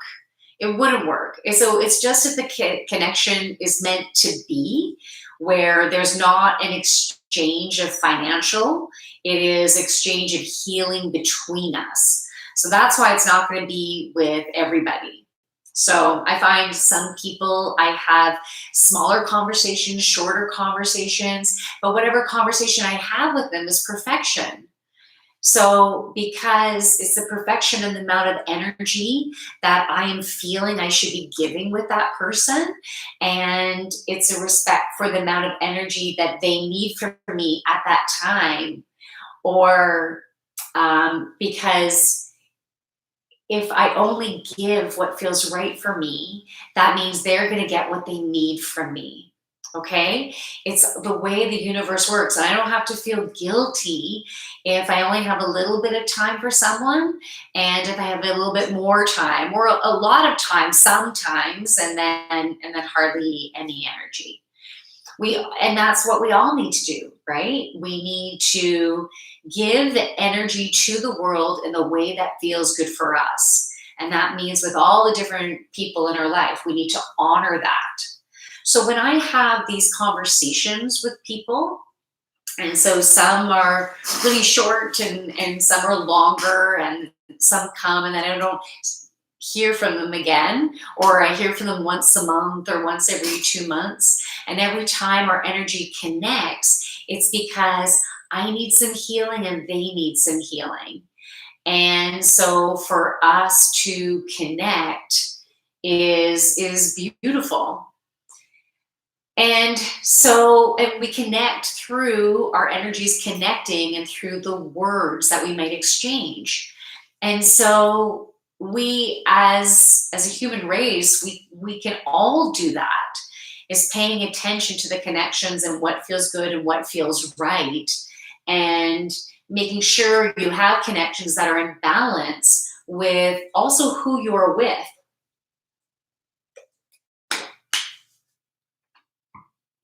So for me, and I'm not going to go into the details of this, but I'll just say for me, in my life and also within my relationship, I need to, like my core relationship with my husband, right?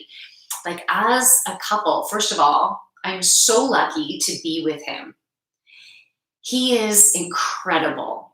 He has changed into the most incredible man, like just incredible, right? And it's so beautiful. So I'm so blessed to be with him, and what we have gone through and what we are going through right now. It is just beautiful. And so I'm in so much appreciation for that. And at the same time, I'm needing to balance between my nun and my goddess. And so I'm on my journey of discovering, so what does that mean for me? In order for me to truly be in my goddess, what does that mean? What have I been attracted to, and in what manner, or what is the combination in my life in general, right? What's the combination in my life that works for me to fulfill all of my desires, to feel fulfilled, to feel loved, to be myself, to be my vibrant self? So what combination of things do I need to have in my life to feel total balance, and to feel total loved, and to feel sexy and vibrant and moving forward, and to be all that I am, and not feeling and not being worried about being judged, right? Just laying it out. This is the way I want to live my life. So these are the choices I'm going to make. And that can be freaking scary. That can be so scary.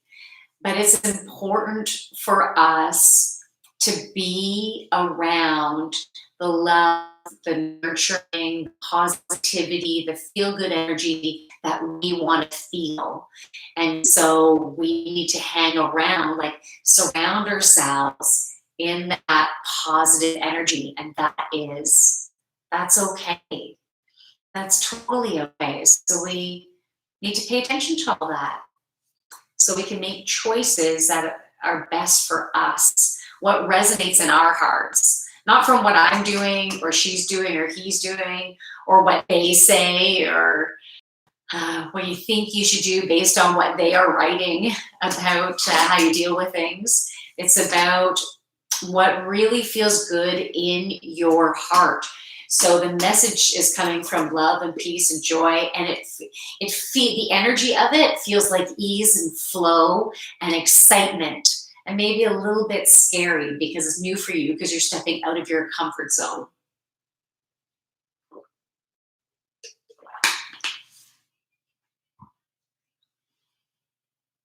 Okay. So that was beautiful, amazing energy, and the stream ended. Okay, thermogenic. Okay. Okay, thermogenic, but really, thank you for your energy. You're welcome. Have a great weekend. The support system works. Yeah. Yeah. Like, this is beautiful. So it is an honor for me to be able to live stream and be able to connect with people who are connected to listen to me. It doesn't have to be everyone. I don't have to have like 1 billion followers or anything. I was thinking it would be cool to get to 5,000 because I thought that would be a really neat goal.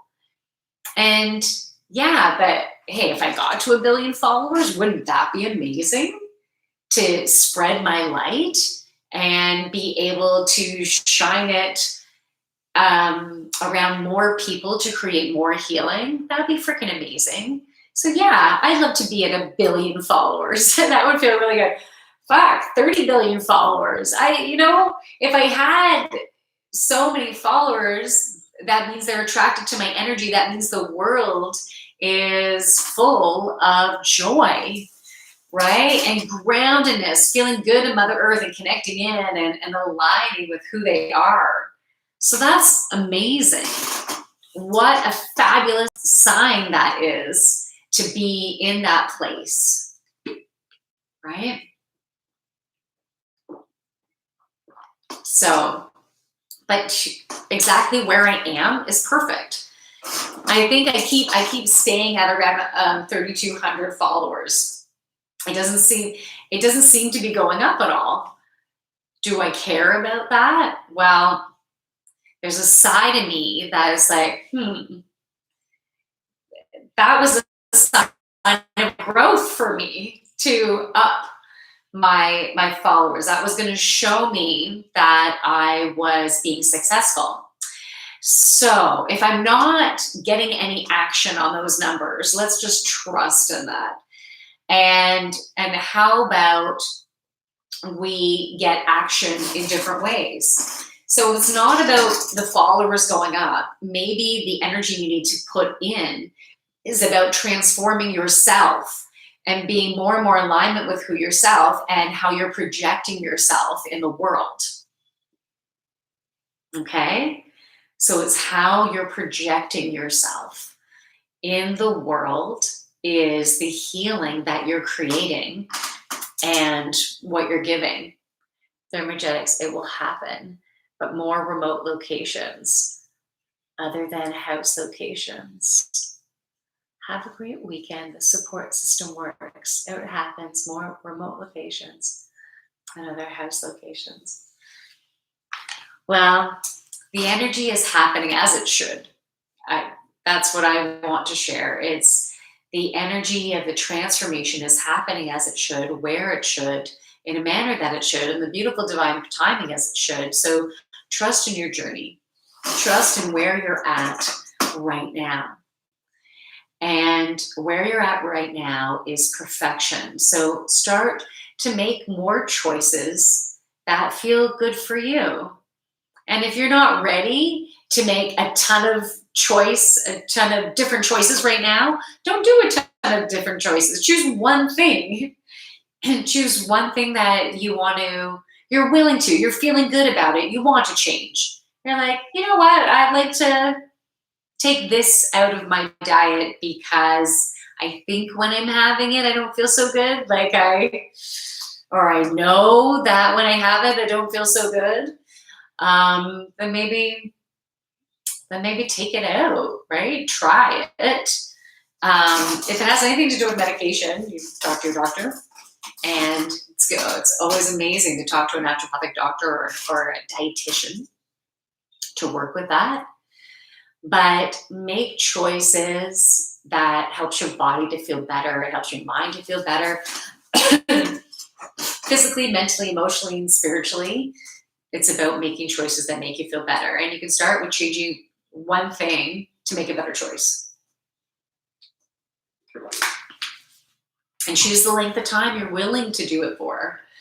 Or maybe you're willing to take it out for 2 weeks and that's all you're willing to do. That's all you want to. There's some people who are like, I'm going to go for a 1-day juice fast. Just 1 day, I'm gonna have juices clear my body out. It's going to feel good. And there's other people, I'm going to go on a 3-day one. I'm really going to clear stuff out. And then there's another one who's like, I'm going to really push it. I'm going for a 5, 7-day, 14-day juice fast. Like, I am just going to do the best freaking job. So that's like, it's like the energy changes of, I am really dedicated in this. And that being really dedicated can be so perfect and exactly what we need. We need that. So you can think about a certain animal energy or crystal energy or food energy that can help to bring in that type of energy. And maybe that's more grounded energy, more tribal, more primal energy that can help create those shifts in your life. I have some Kundalini yoga on my website. I suggest doing that it's up to you, right? If you're attracted to it, if it's for your highest and greatest good, if it's a good alignment for you, you can try it. And if it's not a good alignment, don't do it, right? If it doesn't resonate with you, do not do it. Do not push yourself, because that's when you can hurt yourself with some of the choices that you make. So we need to make choices that feel best for us. So this weekend, feel sexy, dress sexy, and be conscious of how you're fueling your body and what's in the good alignment. And let's not feel guilty about the food choices that we make. Plan ahead of time what you will feel good about having this weekend. So remember, there's a balance. So we can use food to make us feel good. So you'll be having some of the stuff that it just brings you up. And it brings you up, it makes you feel really good. But maybe on the inside, it's like not so great. I shouldn't really have, let's say, have gluten for a long time. But maybe I'll choose 1 day and I'm going to have fucking gluten and I'm going to enjoy myself. Maybe I'm going to have some potato too. And maybe I'm going to have some, in particular, alcohol. So maybe I'm having gluten in the form of beer or wine and I'm treating myself, or I'm having some dairy-free ice cream or not dairy-free ice cream, right? It depends on what your thing is. So we're going to make choices to do that. We're going to listen to our body, see how it feels, and then make some changes associated, because it feels really bad afterwards and it really disrupts you in your flow.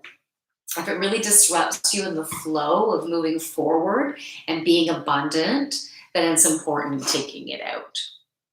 And so for me right now, I need to take out alcohol. That vibration, sometimes I can handle it, but I got the message. I saw this martini glass that was kind of warped a little bit and cloudy and kind of tilted. And yeah, it's the alcohol that's creating an imbalance right now for me.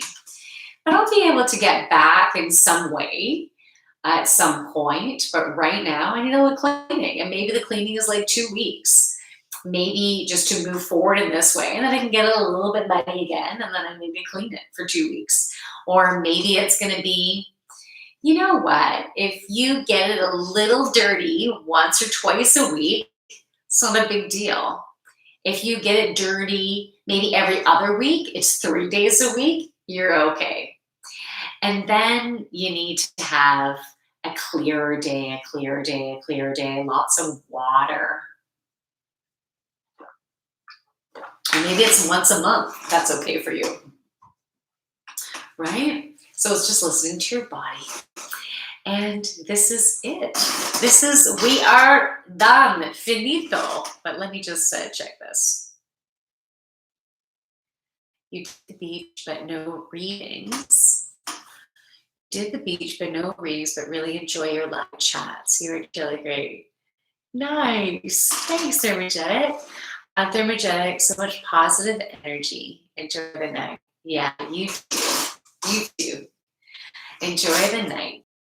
All right, everybody. I'm going to say goodbye to Instagram first, and then bye to YouTube. Okay. So thank you so much.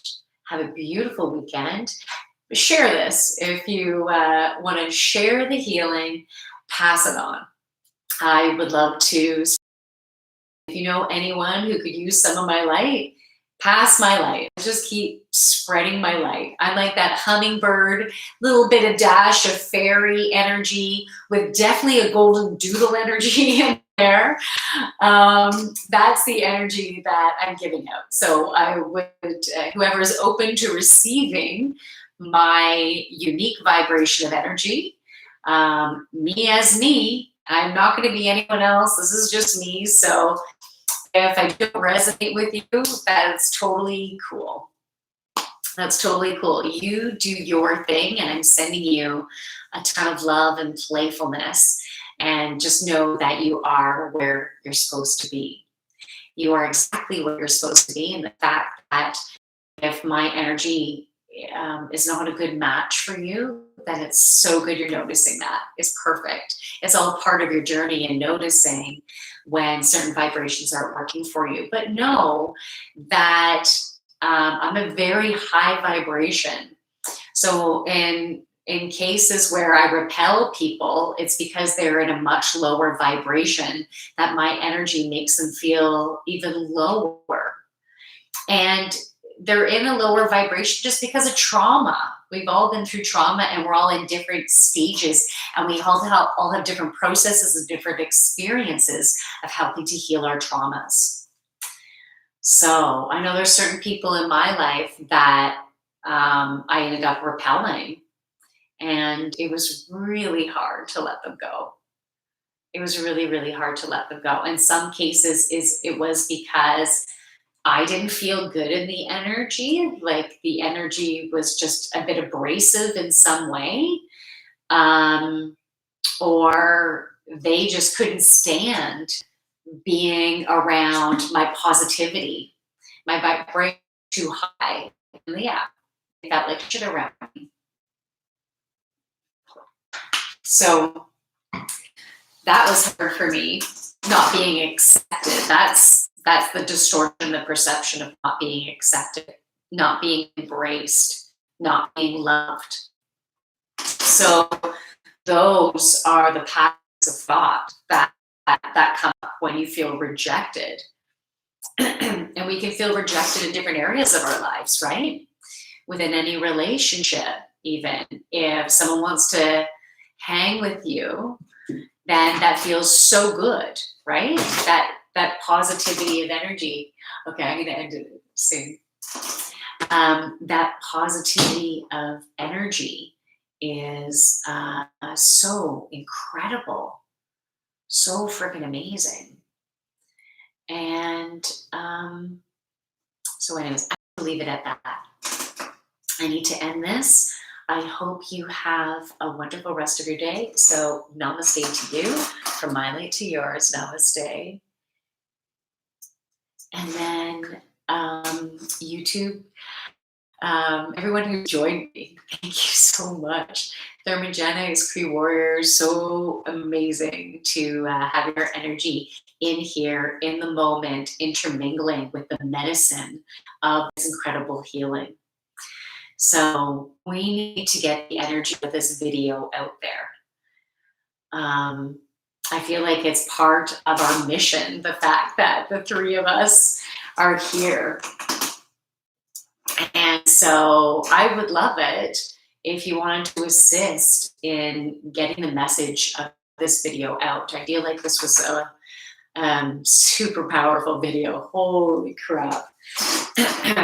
So, hey, if you know anyone and you want to pass it on, I would love it. If you know any other people that would want to pass it on or help to in any way to spread the love and light, I would be in total gratitude for any of your assistance in spreading the groundedness, the sacredness of the yoni, the genitals, like that is pure sacred fertility there. And we need to honor our genitals. We need to totally honor them and all the energy and the total representation of, um, of what it is and how it lights you up. So that's the beautiful energy that's coming in. And we also have that, the strength, the power, the confidence, the courage, as well as the hummingbird energy, the love and playfulness moving forward. So beautiful. So incredibly beautiful. Thank you for being here. Thank you for spreading the love and joy. I thank you for all of the love that you are sending back to me right now. I'm in so much gratitude for you and to exchange in your energy.